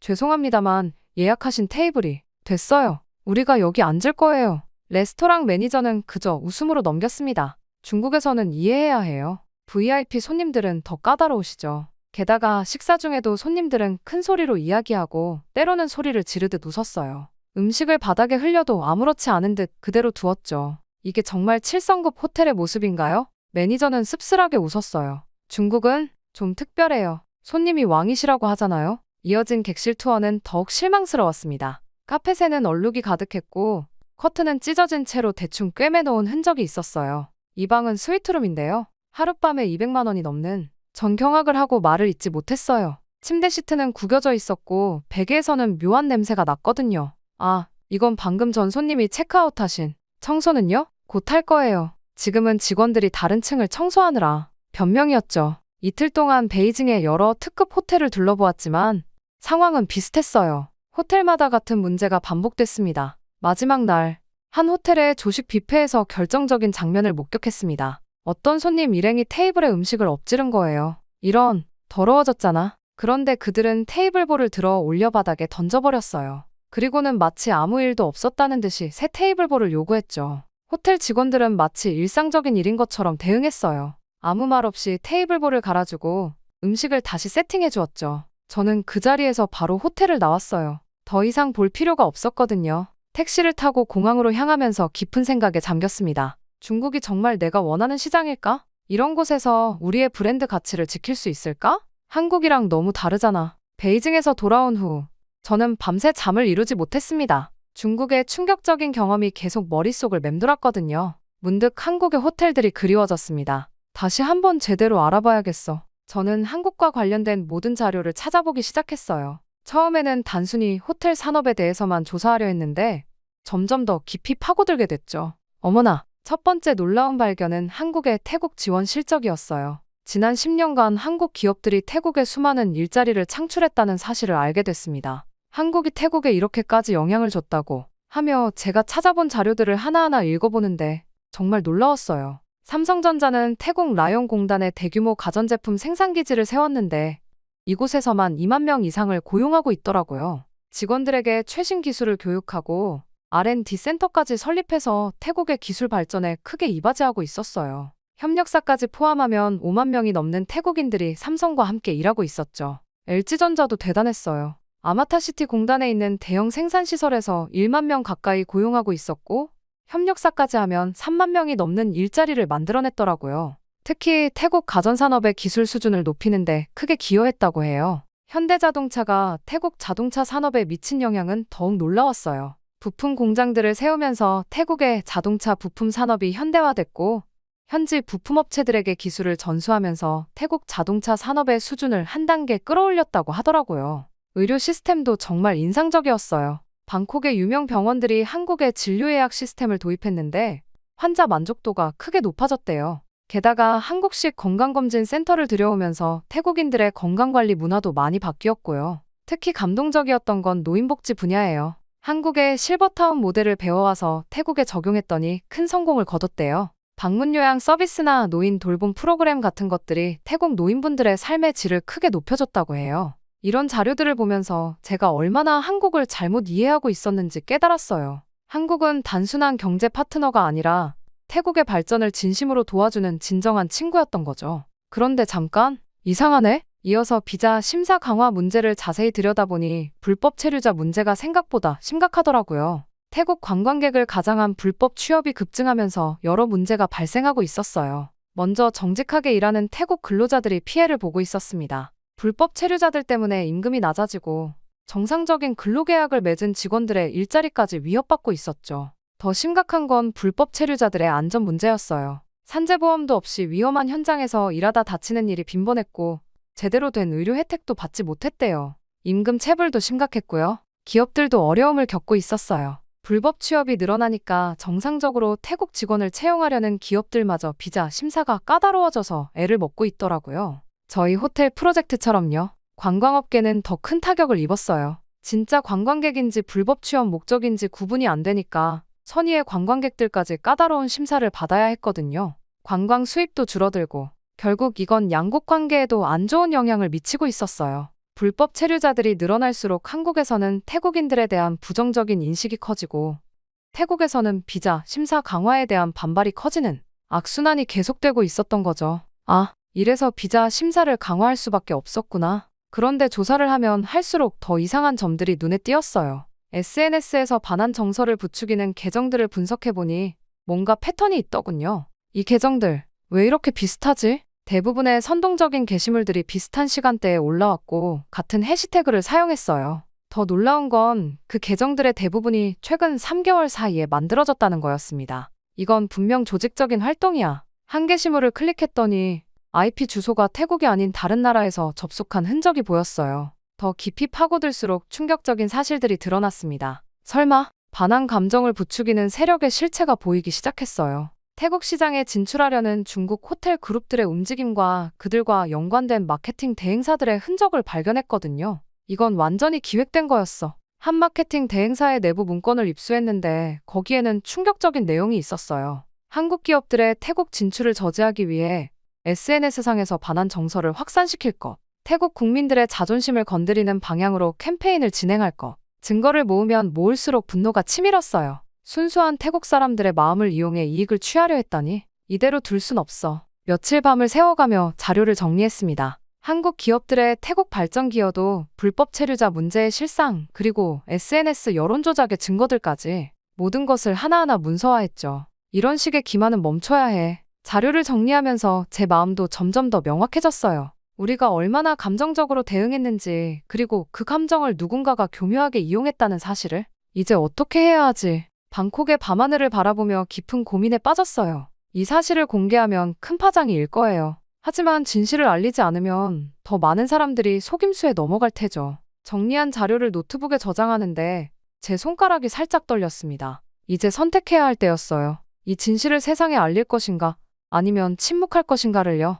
그리고 저는 진실을 폭로하기로 결심했어요. 며칠 동안 정리한 자료들을 SNS에 올리기 시작했습니다. 첫 번째 게시물을 올리는 순간 조금 떨리더군요. 태국 국민 여러분께 전합니다. 우리는 지금 누군가의 거대한 기만에 속고 있습니다. 한국에 대한 우리의 분노가 어떻게 조작되었는지 그 증거를 공개하겠습니다. 올린 지 몇 분 되지 않아 갑자기 댓글이 폭주하기 시작했죠. 배신자, 중국을 모함하는 거야. 한국에 돈 받았냐? 하지만 저는 멈추지 않았어요. 두 번째 게시물에는 반한 시위의 실체를 공개했습니다. 시위 참가자들에게 돈을 주고 동원했다는 증거, 중국 마케팅 대행사의 내부 문건까지요. 그날 저녁 아버지께서 격분하신 목소리로 전화를 하셨어요. 린다, 당장 그 글들을 내려라. 우리 가문의 체면이 땅에 떨어졌다. 하지만 아버지, 이건 진실이에요. 진실? 내가 지금 우리 업계 전체를 위험에 빠뜨리고 있다는 걸 모르나? 그리고 채 1시간도 지나지 않아 태국 호텔협회 회장님께서 전화를 주셨습니다. 린다, 자네가 미쳤나? 중국 자본이 우리 호텔 업계의 핏줄이라는 걸 모르나?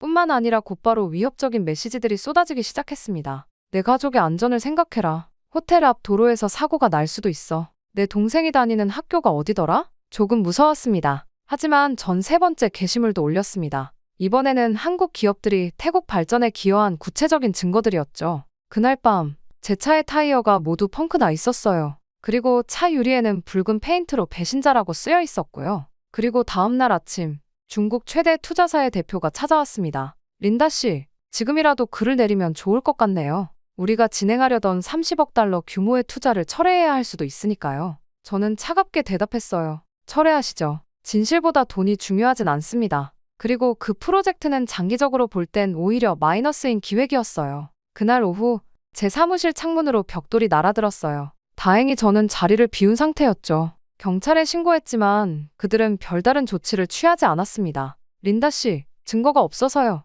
밤에는 더 무서운 일이 있었어요. 누군가가 제 집 앞에서 문을 마구 두드리는 거예요. 저는 그날부터 호텔방을 옮겨 다니며 지내야 했습니다. 하지만 제 폭로는 계속됐습니다. 네 번째 게시물에서는 불법 체류자 문제의 실상을 공개했어요. 우리 국민들이 얼마나 위험한 환경에서 일하고 있는지, 왜 한국이 비자 심사를 강화할 수밖에 없었는지요. 그때부터였을까요? 정체를 알 수 없는 검은 차가 저를 미행하기 시작했어요. 휴대폰으로 걸려오는 협박 전화도 시간마다 계속됐죠. 린다, 내 목숨이 아깝지 않나? 곧 크게 다칠 거야. 관짝 사이즈를 잴까 하는데. 그날 이후 저는 혼자서 모든 것을 해결해야 했습니다. 가족들은 저를 외면했고 친구들은 연락을 끊었어요. 재계에서는 제 이름이 금기어가 됐죠. 하지만 이상하게도 제 마음은 너무나 평화로웠습니다. 마지막 게시물을 올리면서 이렇게 적었어요. 협박해도 소용없습니다. 제 목숨을 위협해도 진실을 막을 순 없어요. 우리 국민들이 알아야 할 진실이니까요.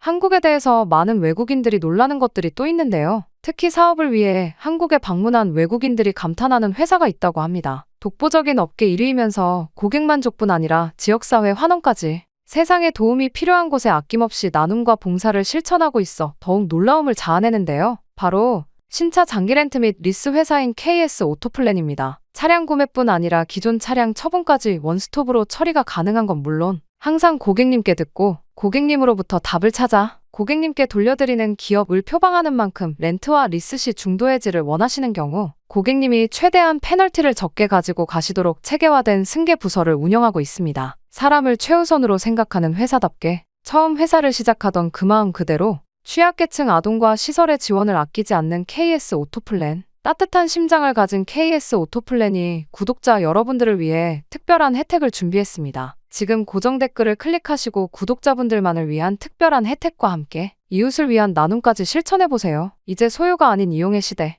더 현명한 선택을 원하시다면 지금 당장 KS 오토플랜에서 시작하세요. 그리고 그날 밤 뜻밖의 일이 벌어졌어요. 국제호텔연맹 조사관들이 찾아왔습니다. 제가 올린 게시물들을 보고 자체 조사에 착수했다는 거였죠. 린다 씨의 폭로 덕분에 아시아 호텔 산업의 부조리를 파악할 수 있었습니다. 국제호텔연맹은 특별조사위원회를 구성했어요. 제가 제보한 내용들이 모두 사실로 밝혀졌고요. 중국 자본의 불법적인 시장 장악 시도, 여론 조작, 불공정 경쟁, 모든 것이 백일화에 드러났습니다. 이번 조사 결과를 바탕으로 아시아 호텔 산업의 새로운 기준을 마련하겠습니다. 태국 호텔업계도 조금씩 변화하기 시작했어요. 처음에는 저를 배신자로 몰았던 호텔들이 하나둘씩 제 편에 서주고 있었습니다. 린다, 자네가 옳았어. 태국 호텔협회 회장님이 찾아오셨어요. 우리가 너무 중국 자본에 의존적이었던 거야. 이제는 변해야 할 때야. 이어서 특급 호텔들이 앞다투어 서비스 품질 개선에 나섰습니다. 한국의 선진 호텔 운영 시스템을 벤치마킹하기 시작했죠.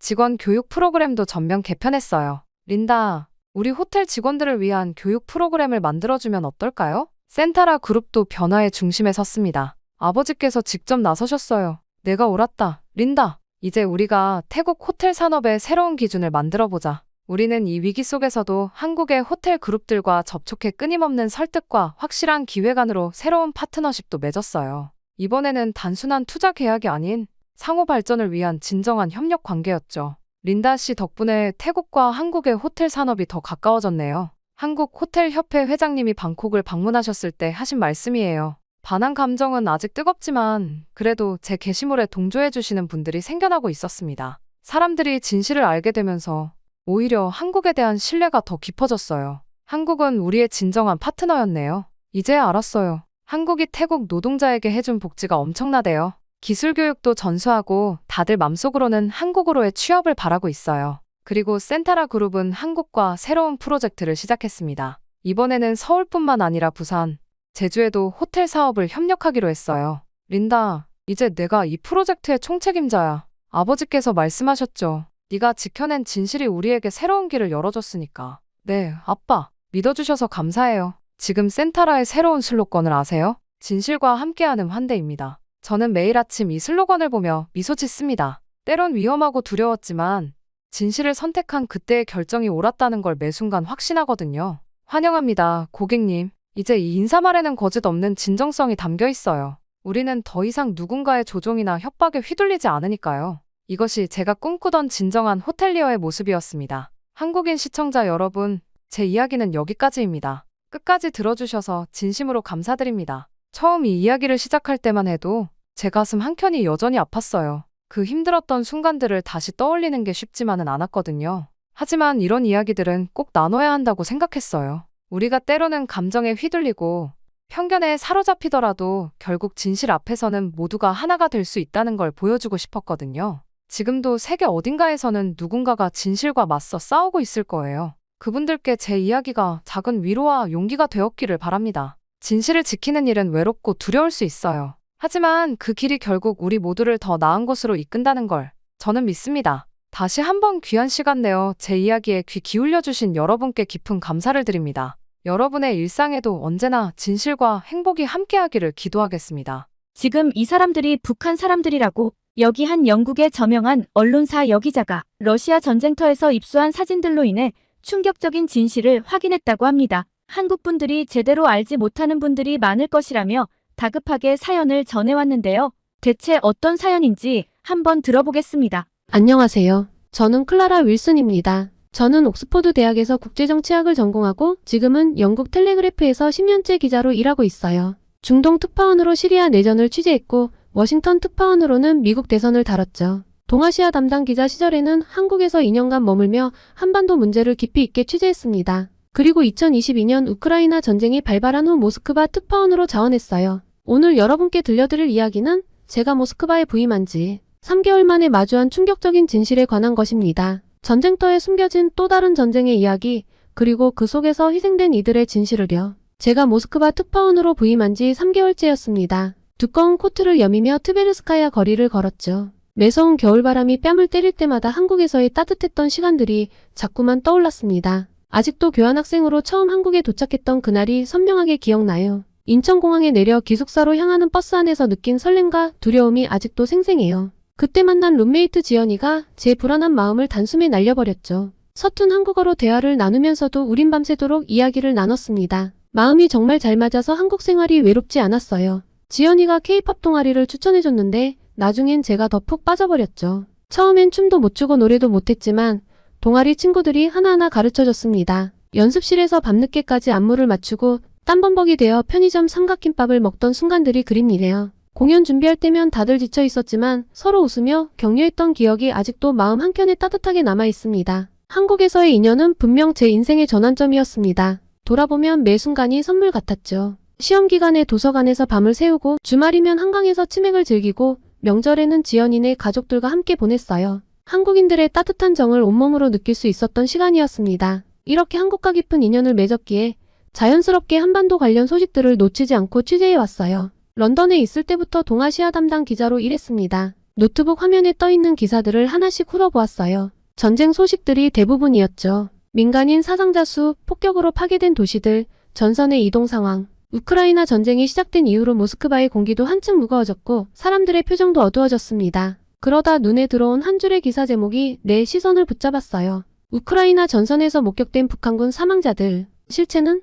순간 심장이 빠르게 뛰기 시작했죠. 이건 분명 특종감이었습니다. 하지만 동시에 왠지 모를 불안감이 엄습했어요. 전쟁터에서 죽어간 그들은 과연 누구였을까? 어떤 사연으로 그곳에 있게 된 걸까? 깊은 생각에 잠겨있을 때 휴대폰이 울렸습니다. 러시아 국영방송의 기자인 올가였죠. 올가는 내가 가장 신뢰하는 동료예요. 우리는 자주 정보를 공유하고 서로의 기사를 도와주는 사이였습니다. 클라라, 지금 어디야? 내가 꼭 들어야 할 이야기가 있어. 올가의 목소리가 평소와 달리 긴장감이 가득했어요. 나는 즉시 자리에서 일어났습니다. 푸시킨 광장 근처 카페야. 여기로 올래? 아니, 그곳은 안 돼. 30분 후에 아르바트 거리의 지하바에서 만나자. 혼자 와. 통화가 끝나고 잠시 멍하니 서 있었어요. 올가의 조심스러운 태도가 심상치 않았습니다. 서둘러 노트북을 가방에 넣고 카페를 나섰죠. 밖은 어느새 눈이 내리기 시작했어요. 아르바트 거리로 향하는 발걸음이 무거웠습니다. 지하철에 몸을 실으며 머릿속은 온통 의문들로 가득했죠. 올가가 전하고 싶은 이야기는 무엇일까?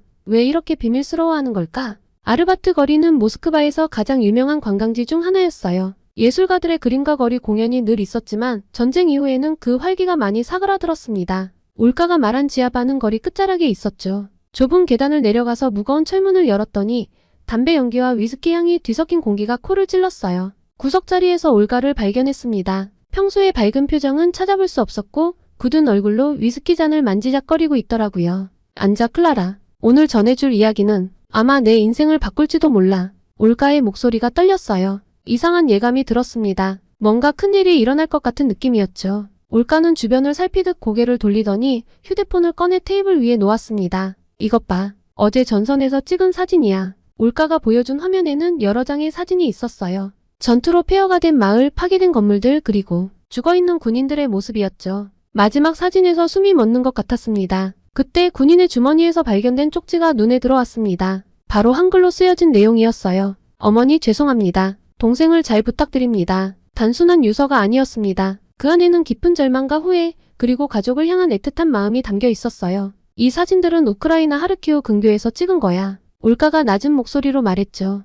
북한에서 온 군인들이 러시아군과 함께 작전을 수행하다가 사망했대. 하지만 이상한 점이 많았어. 올가의 말에 귀를 기울였습니다. 사망한 군인들의 소지품에서 나온 물건들이 평범한 군인들의 것과는 달랐대요. 대학 학생증, 연구소 출입증 같은 것들이었습니다. 그들은 진짜 군인이 아니었던 겁니다. 내가 아는 정보원이 있어. 이 일에 대해 더 자세히 알고 있는 사람이야. 올가가 속삭이듯 말했죠. 탈북한 전직 군관이야. 지금 당장 만날 수 있을 거야. 같이 가볼래? 밤늦은 시간, 저희는 모스크바 외곽의 한 아파트 단지로 향했습니다. 올가의 차 안에서 바라본 도시의 방거리는 평소와 다르게 느껴졌어요. 마치 도시 전체가 무거운 비밀을 감추고 있는 것 같았죠. 아파트는 오래되고 낡은 건물이었습니다. 삐걱거리는 엘리베이터를 타고 7층에 도착했어요. 올가가 조심스럽게 문을 두드렸죠. 잠시 후 문이 열렸습니다. 민국 씨, 제가 말씀드린 기자를 데리고 왔어요. 그리고 문 앞에 서 있던 민국 씨는 마흔 즈음으로 보였죠. 날카로운 눈매였지만 깊은 주름 사이로 지친 삶의 흔적이 역력했습니다. 민국 씨는 저희를 거실로 안내하면서 습관적으로 주변을 살폈어요. 창문에 커튼이 모두 쳐져 있었고 테이블 위에는 여러 장의 서류들이 흩어져 있었습니다. 이 사진 속 군인들, 제가 잘 압니다. 민국 씨가 떨리는 목소리로 말을 이었어요. 저도 그들처럼 선택을 강요받았거든요. 수용소에 끌려가느냐 아니면 전쟁터로 가느냐. 민국 씨는 천천히 이야기를 풀어갔습니다. 제 아들이 16이었어요. 그저 남한 드라마를 봤다는 이유로 정치범 수용소행이었죠. 그때 당국에서 제안이 왔어요. 러시아 전쟁터로 가면 가족들을 봐주겠다고. 민국 씨의 눈에 눈물이 고였습니다. 매일 밤 고민했어요. 전쟁터로 가서 죽느냐 아니면 온 가족이 수용소에서 죽어가는 걸 보느냐. 그런데 어느 날 아들이 제 손을 잡더니 이렇게 말하는 거예요. 아버지, 저 때문에 죽으시면 안 돼요. 그 순간 제 가슴이 찢어지는 것 같았죠. 결국 저희 가족은 탈북을 선택했어요. 하지만 모두가 그럴 수는 없었죠. 이 사진 속의 청년들처럼 이 사람들은 가족을 지키기 위해 죽음의 길을 택할 수밖에 없었습니다. 민국 씨는 서류 뭉치를 꺼냈어요. 여기 보세요. 김성현, 23, 평양과학기술대학교 물리학과 졸업반이었어요. 동생이 외국 영화를 봤다는 이유로 이영호, 25, 청진이대 본가 4학년이었죠. 어머니가 중국에 있는 친척과 통화했다는 이유로 그들은 모두 꿈이 있었어요. 미래가 있었죠. 러시아군들은 이들을 총알바지로 썼습니다. 전투 경험도 없는 그들을 가장 위험한 전선에 배치했죠. 하루도 편히 잠들 수가 없었어요. 포탄 소리에 떨고 동료들이 죽어나가는 걸 보면서 민국 씨의 어깨가 떨렸습니다. 어제도 소식을 들었어요. 저와 함께 복무하던 21살 청년이 전사했대요. 의대생이었던 친구였죠. 어머니의 병원비를 해결하기 위해 이 길을 택했다고 했는데 민국 씨의 이야기를 들으며 온몸이 무거워졌습니다. 이건 단순한 전쟁 피해자의 문제가 아니었죠. 더 깊고 어두운 인권 유린의 현장이었습니다. 부탁드립니다. 민국 씨가 제 손을 잡았어요. 이 이야기를 꼭 세상에 알려주세요. 지금도 수많은 청년들이 이런 선택을 강요받고 있습니다. 그들의 죽음이, 그들의 희생이 헛되지 않게 해주세요. 올가와 눈이 마주쳤습니다. 이 이야기를 보도하는 건 분명 위험한 일이 될 거예요. 하지만 저희는 알았죠. 이건 단순한 특종이 아니라 반드시 세상에 알려야 할 진실이라는 것을요. 그날 이후 올가는 수소문 끝에 찾아낸 중요한 증언자가 있다고 했습니다. 폴란드 유학생이라는 것 말고는 자세한 신원도 알려주지 않았죠. 어제 저녁 올가의 인도로 모스크바 외곽의 한 카페에서 그 증언자를 만났는데 뜻밖에도 북한 고위층 자제인 수진 씨였어요. 모스크바의 어둑한 카페 한켠에 앉아있는 수진 씨의 눈빛이 불안하게 떨렸습니다. 창밖으로 흩날리는 눈발을 바라보며 수진 씨는 천천히 입을 열었어요. 저도 잘 알아요. 철민 오빠가 어떻게 죽었는지. 수진 씨의 목소리가 떨렸습니다. 오빠는 평양과학기술대학교 컴퓨터공학과 4학년이었어요. 전쟁터에서 죽었다는 소식을 들었을 때 처음엔 믿을 수가 없었죠. 철민 오빠의 동생이 평소 케이팝을 몰래 즐겨 들었대요. 그러다 적발되어서 가족 전체가 수용소로 끌려갈 위기에 처했죠. 오빠는 그걸 막기 위해 자원 입대를 선택했다고 해요. 수진 씨의 이야기를 들으며 민국 씨의 말이 떠올랐습니다. 가족을 지키기 위해 죽음을 선택한다. 같은 이야기가 계속해서 반복되고 있었어요. 철민 오빠는 제게 꿈을 이야기하곤 했어요. 인공지능을 연구해서 북한의 IT 산업을 발전시키고 싶다고. 수진 씨는 잠시 말을 멈추고 깊은 숨을 내쉬었습니다. 하지만 그 꿈은 이제 올가가 조용히 수진 씨의 손을 잡아주었어요. 저는 그동안 취재했던 내용들을 하나씩 정리해 보았죠. 혹시 철민 씨가 러시아로 가기 전에 남긴 말은 없었나요? 있어요. 수진이 떨리는 손으로 가방에서 편지 한 통을 꺼냈습니다. 이건 오빠가 저에게 몰래 보낸 마지막 편지예요. 아무에게도 보여준 적 없는 거지만 이제는 세상이 알아야 할 것 같아요.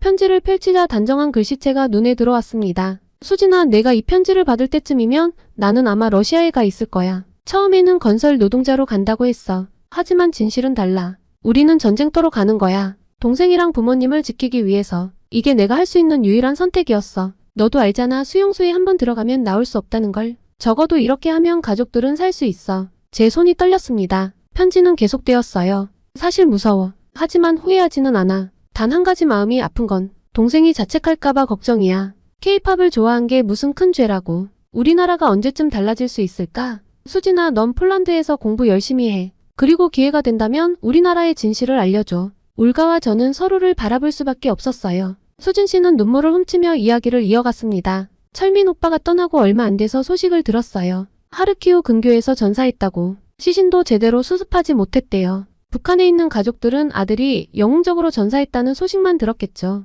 수진 씨의 어깨가 떨렸습니다. 이게 다 제 잘못 같아요. 제가 먼저 오빠한테 K-팝을 알려줬거든요. 오빠가 동생한테도 들려줬나 봐요. 그게 이런 비극으로 이어질 줄은. 수진 씨의 잘못이 아니에요. 제가 단호하게 말했습니다. 이건 시스템의 문제예요. 음악을 듣는 것이 죽음으로 이어지는 건 너무나 부당해요. 수진 씨는 마지막으로 한 장의 사진을 꺼냈어요. 졸업을 앞둔 철민의 모습이었죠. 밝게 웃고 있는 청년의 모습에서 비극의 그림자는 찾아볼 수 없었습니다. 이 사진, 제가 찍어준 거예요. 작년 봄 평양 대동강변에서요. 오빠가 꿈꾸던 미래가 있었는데 그 꿈조차 꾸지 못하게 만드는 이 현실이 너무 잔인해요. 올가가 조심스럽게 물었습니다. 이 이야기를 기사화하면 수진 씨의 신변이 위험해질 수도 있어요.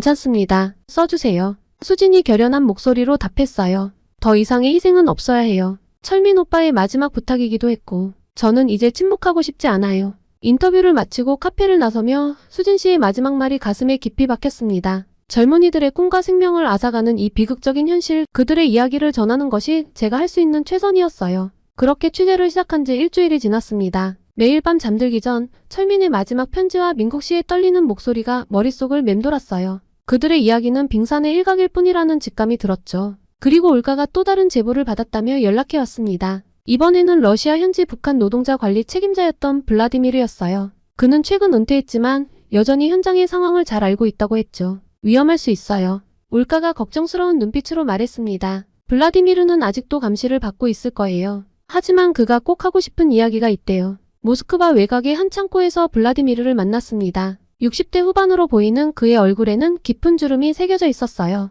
창고 안은 춥고 어두웠지만 그의 눈빛만은 선명했습니다. 이건 단순한 파병이 아닙니다. 블라디미르는 떨리는 손으로 담배를 붙이며 말했어요. 조직적인 인력 거래죠. 10년 전부터 시작된 일이에요. 블라디미르의 증언은 충격적이었습니다. 북한은 2014년부터 러시아와 비밀리에 인력 거래를 해왔다고 해요. 처음에는 단순 노동자들이었지만 점차 전문 인력으로 확대되었죠. 그들은 대부분 고학력자들이에요. 과학자, 의사, 엔지니어. 블라디미르가 깊은 한숨을 내쉬었습니다. 전쟁이 시작되고 나서는 더 악화됐죠. 이제는 자원병이라는 명목으로 젊은이들을 보내고 있어요. 어떤 방식으로 선발되나요?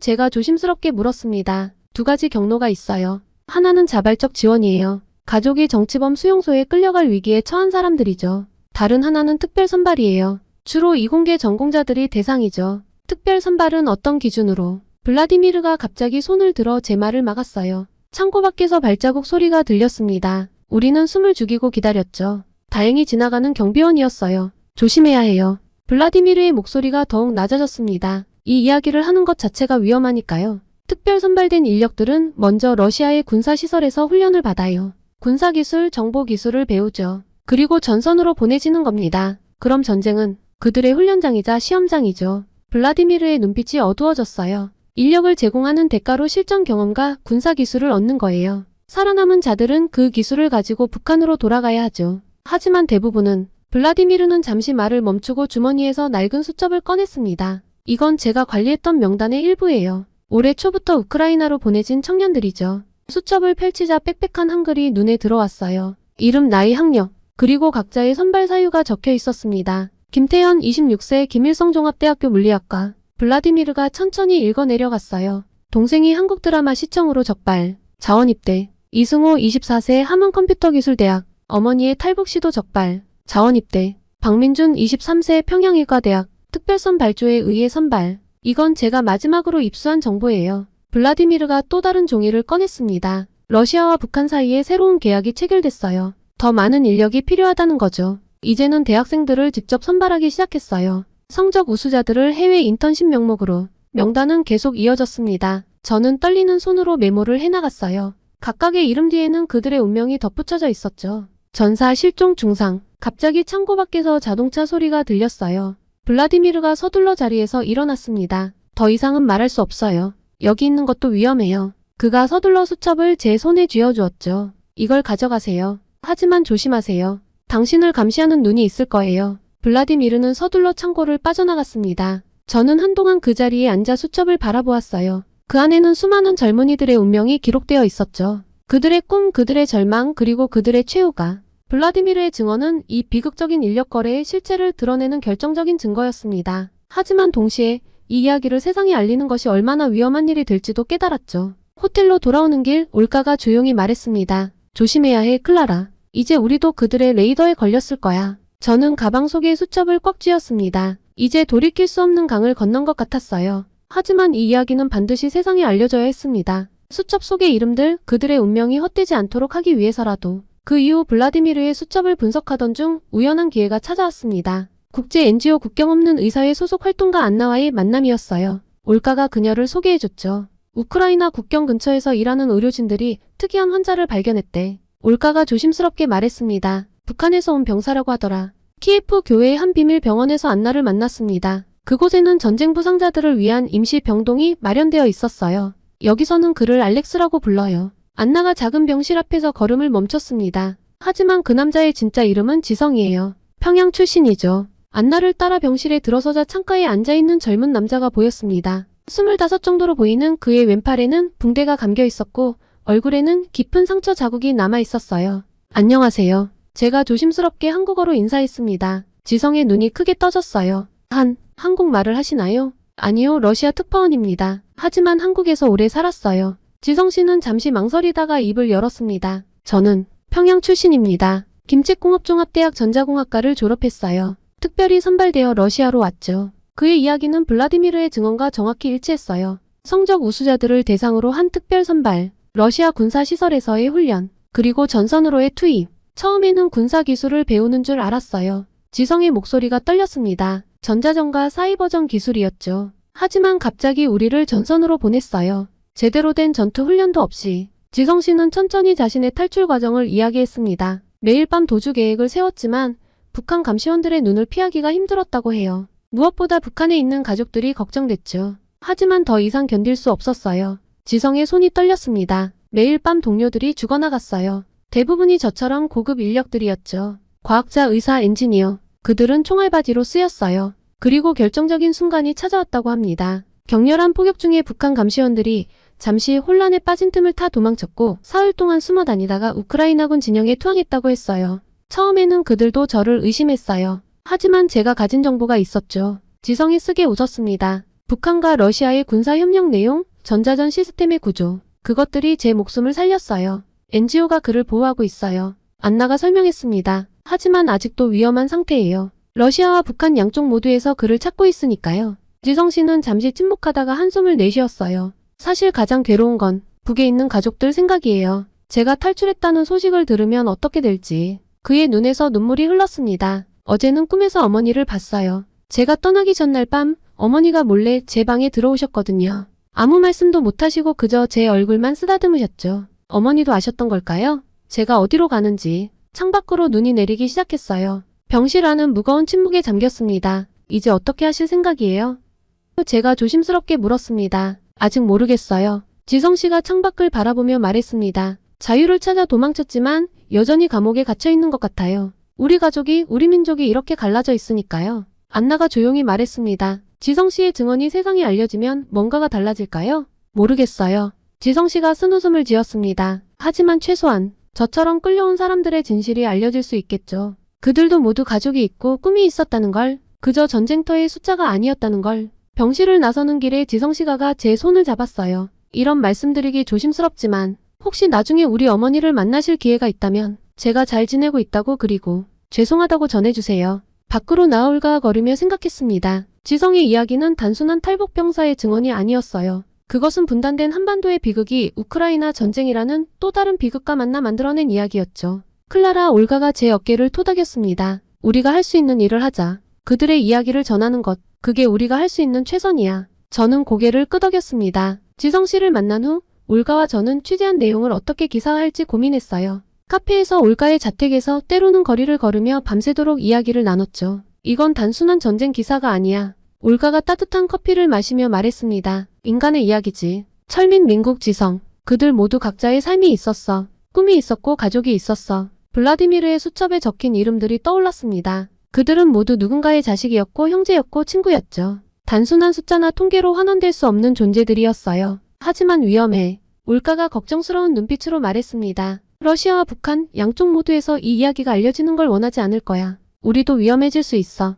그때 휴대폰이 울렸어요. 수진이었습니다. 그녀는 폴란드로 돌아간 후에도 계속 연락을 해왔죠. 언니 큰일이에요. 수진 씨의 목소리가 떨렸습니다. 철민 오빠 동생이 수용소로 끌려갔대요. 오빠가 전사한 게 아니라 도망쳤다는 의심을 받았나 봐요. 가슴이 철렁 내려앉았습니다. 우리의 취재가 또 다른 비극을 낳은 걸까요? 취재하면 할수록 이 이야기의 무게는 더욱 무거워졌습니다. 수진 씨, 제가 조심스럽게 말을 이었어요. 다시 한번 말하지만 우리가 이 이야기를 기사화하려고 해요. 하지만 그러면 정말 수진 씨도 위험해질 수 있어요.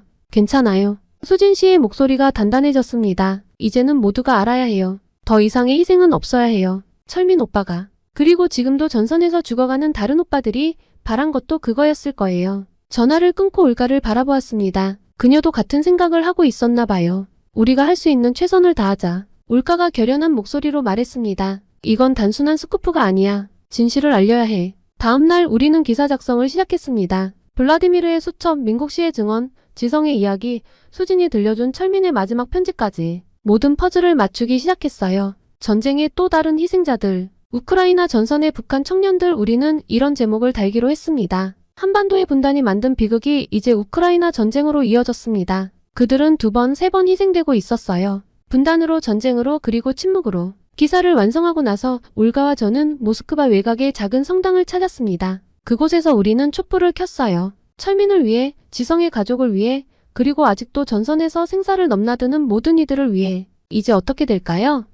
올가가 물었습니다. 모르겠어요. 제가 답했습니다. 하지만 적어도 그들의 이야기는 남을 거예요. 누군가는 기억할 거예요. 성당을 나서는 길, 눈이 더욱 거세게 내리고 있었습니다. 문득 한국에서의 시간이 떠올랐어요. 룸메이트 지연이와 함께했던 따뜻한 시간들. 그때는 몰랐죠. 제가 이렇게 한반도의 아픔을 전하게 될 줄은. 그날 밤에 호텔방에서 마지막 원고를 검토하며 생각했습니다. 이 기사가 세상에 알려지면 무엇이 달라질 수 있을까? 어쩌면 아무것도 달라지지 않을지도 모릅니다. 하지만 우리는 해야 했어요. 진실을 전하는 것, 그들의 이야기를 기억하는 것. 그것이 우리가 할 수 있는 최선이었으니까요. 보도되면 큰 파장이 있을 거예요. 편집장이 마지막 검토를 마치며 말했습니다. 네, 알고 있습니다. 제가 답했어요. 당신도 위험할 수 있어요. 괜찮습니다. 이건 제가 해야 할 일이니까요. 저는 사무실을 나서며 마지막으로 원고를 읽어보았습니다. 마지막 문장에서 잠시 멈췄어요. 그들은 전쟁터에서 쓰러져간 무명의 군인이 아니었다. 그들은 꿈이 있었고 사랑하는 가족이 있었으며 돌아가고 싶은 고향이 있었다. 우리는 기억해야 한다. 한반도의 비극이 우크라이나의 전쟁터에서 또 다른 비극으로 이어진 이 현실을, 그리고 침묵 속에서 희생된 그들의 이름을. 밖으로 나오자 찬바람이 뺨을 스쳤습니다. 하지만 이상하게도 마음은 따뜻했어요. 어쩌면 이것이 시작일지도 모른다는 생각이 들었습니다. 진실을 말하는 것으로부터 시작되는 작지만 의미 있는 변화의 시작이요. 이제 저는 다시 거리로 나가 새로운 진실을 찾아 나설 것입니다. 전쟁은 아직 끝나지 않았고 누군가는 계속해서 그 속에서 희생되고 있으니까요. 여러분께 전한 이 이야기는 전쟁이라는 거대한 소용돌이 속에 가려진 작은 진실들에 관한 것이었습니다. 우크라이나 전선에서 쓰러져간 북한의 젊은이들, 그들의 꿈과 절망, 그리고 남겨진 가족들의 이야기를요. 긴 시간 제 사연을 들어주신 여러분께 깊이 감사드립니다.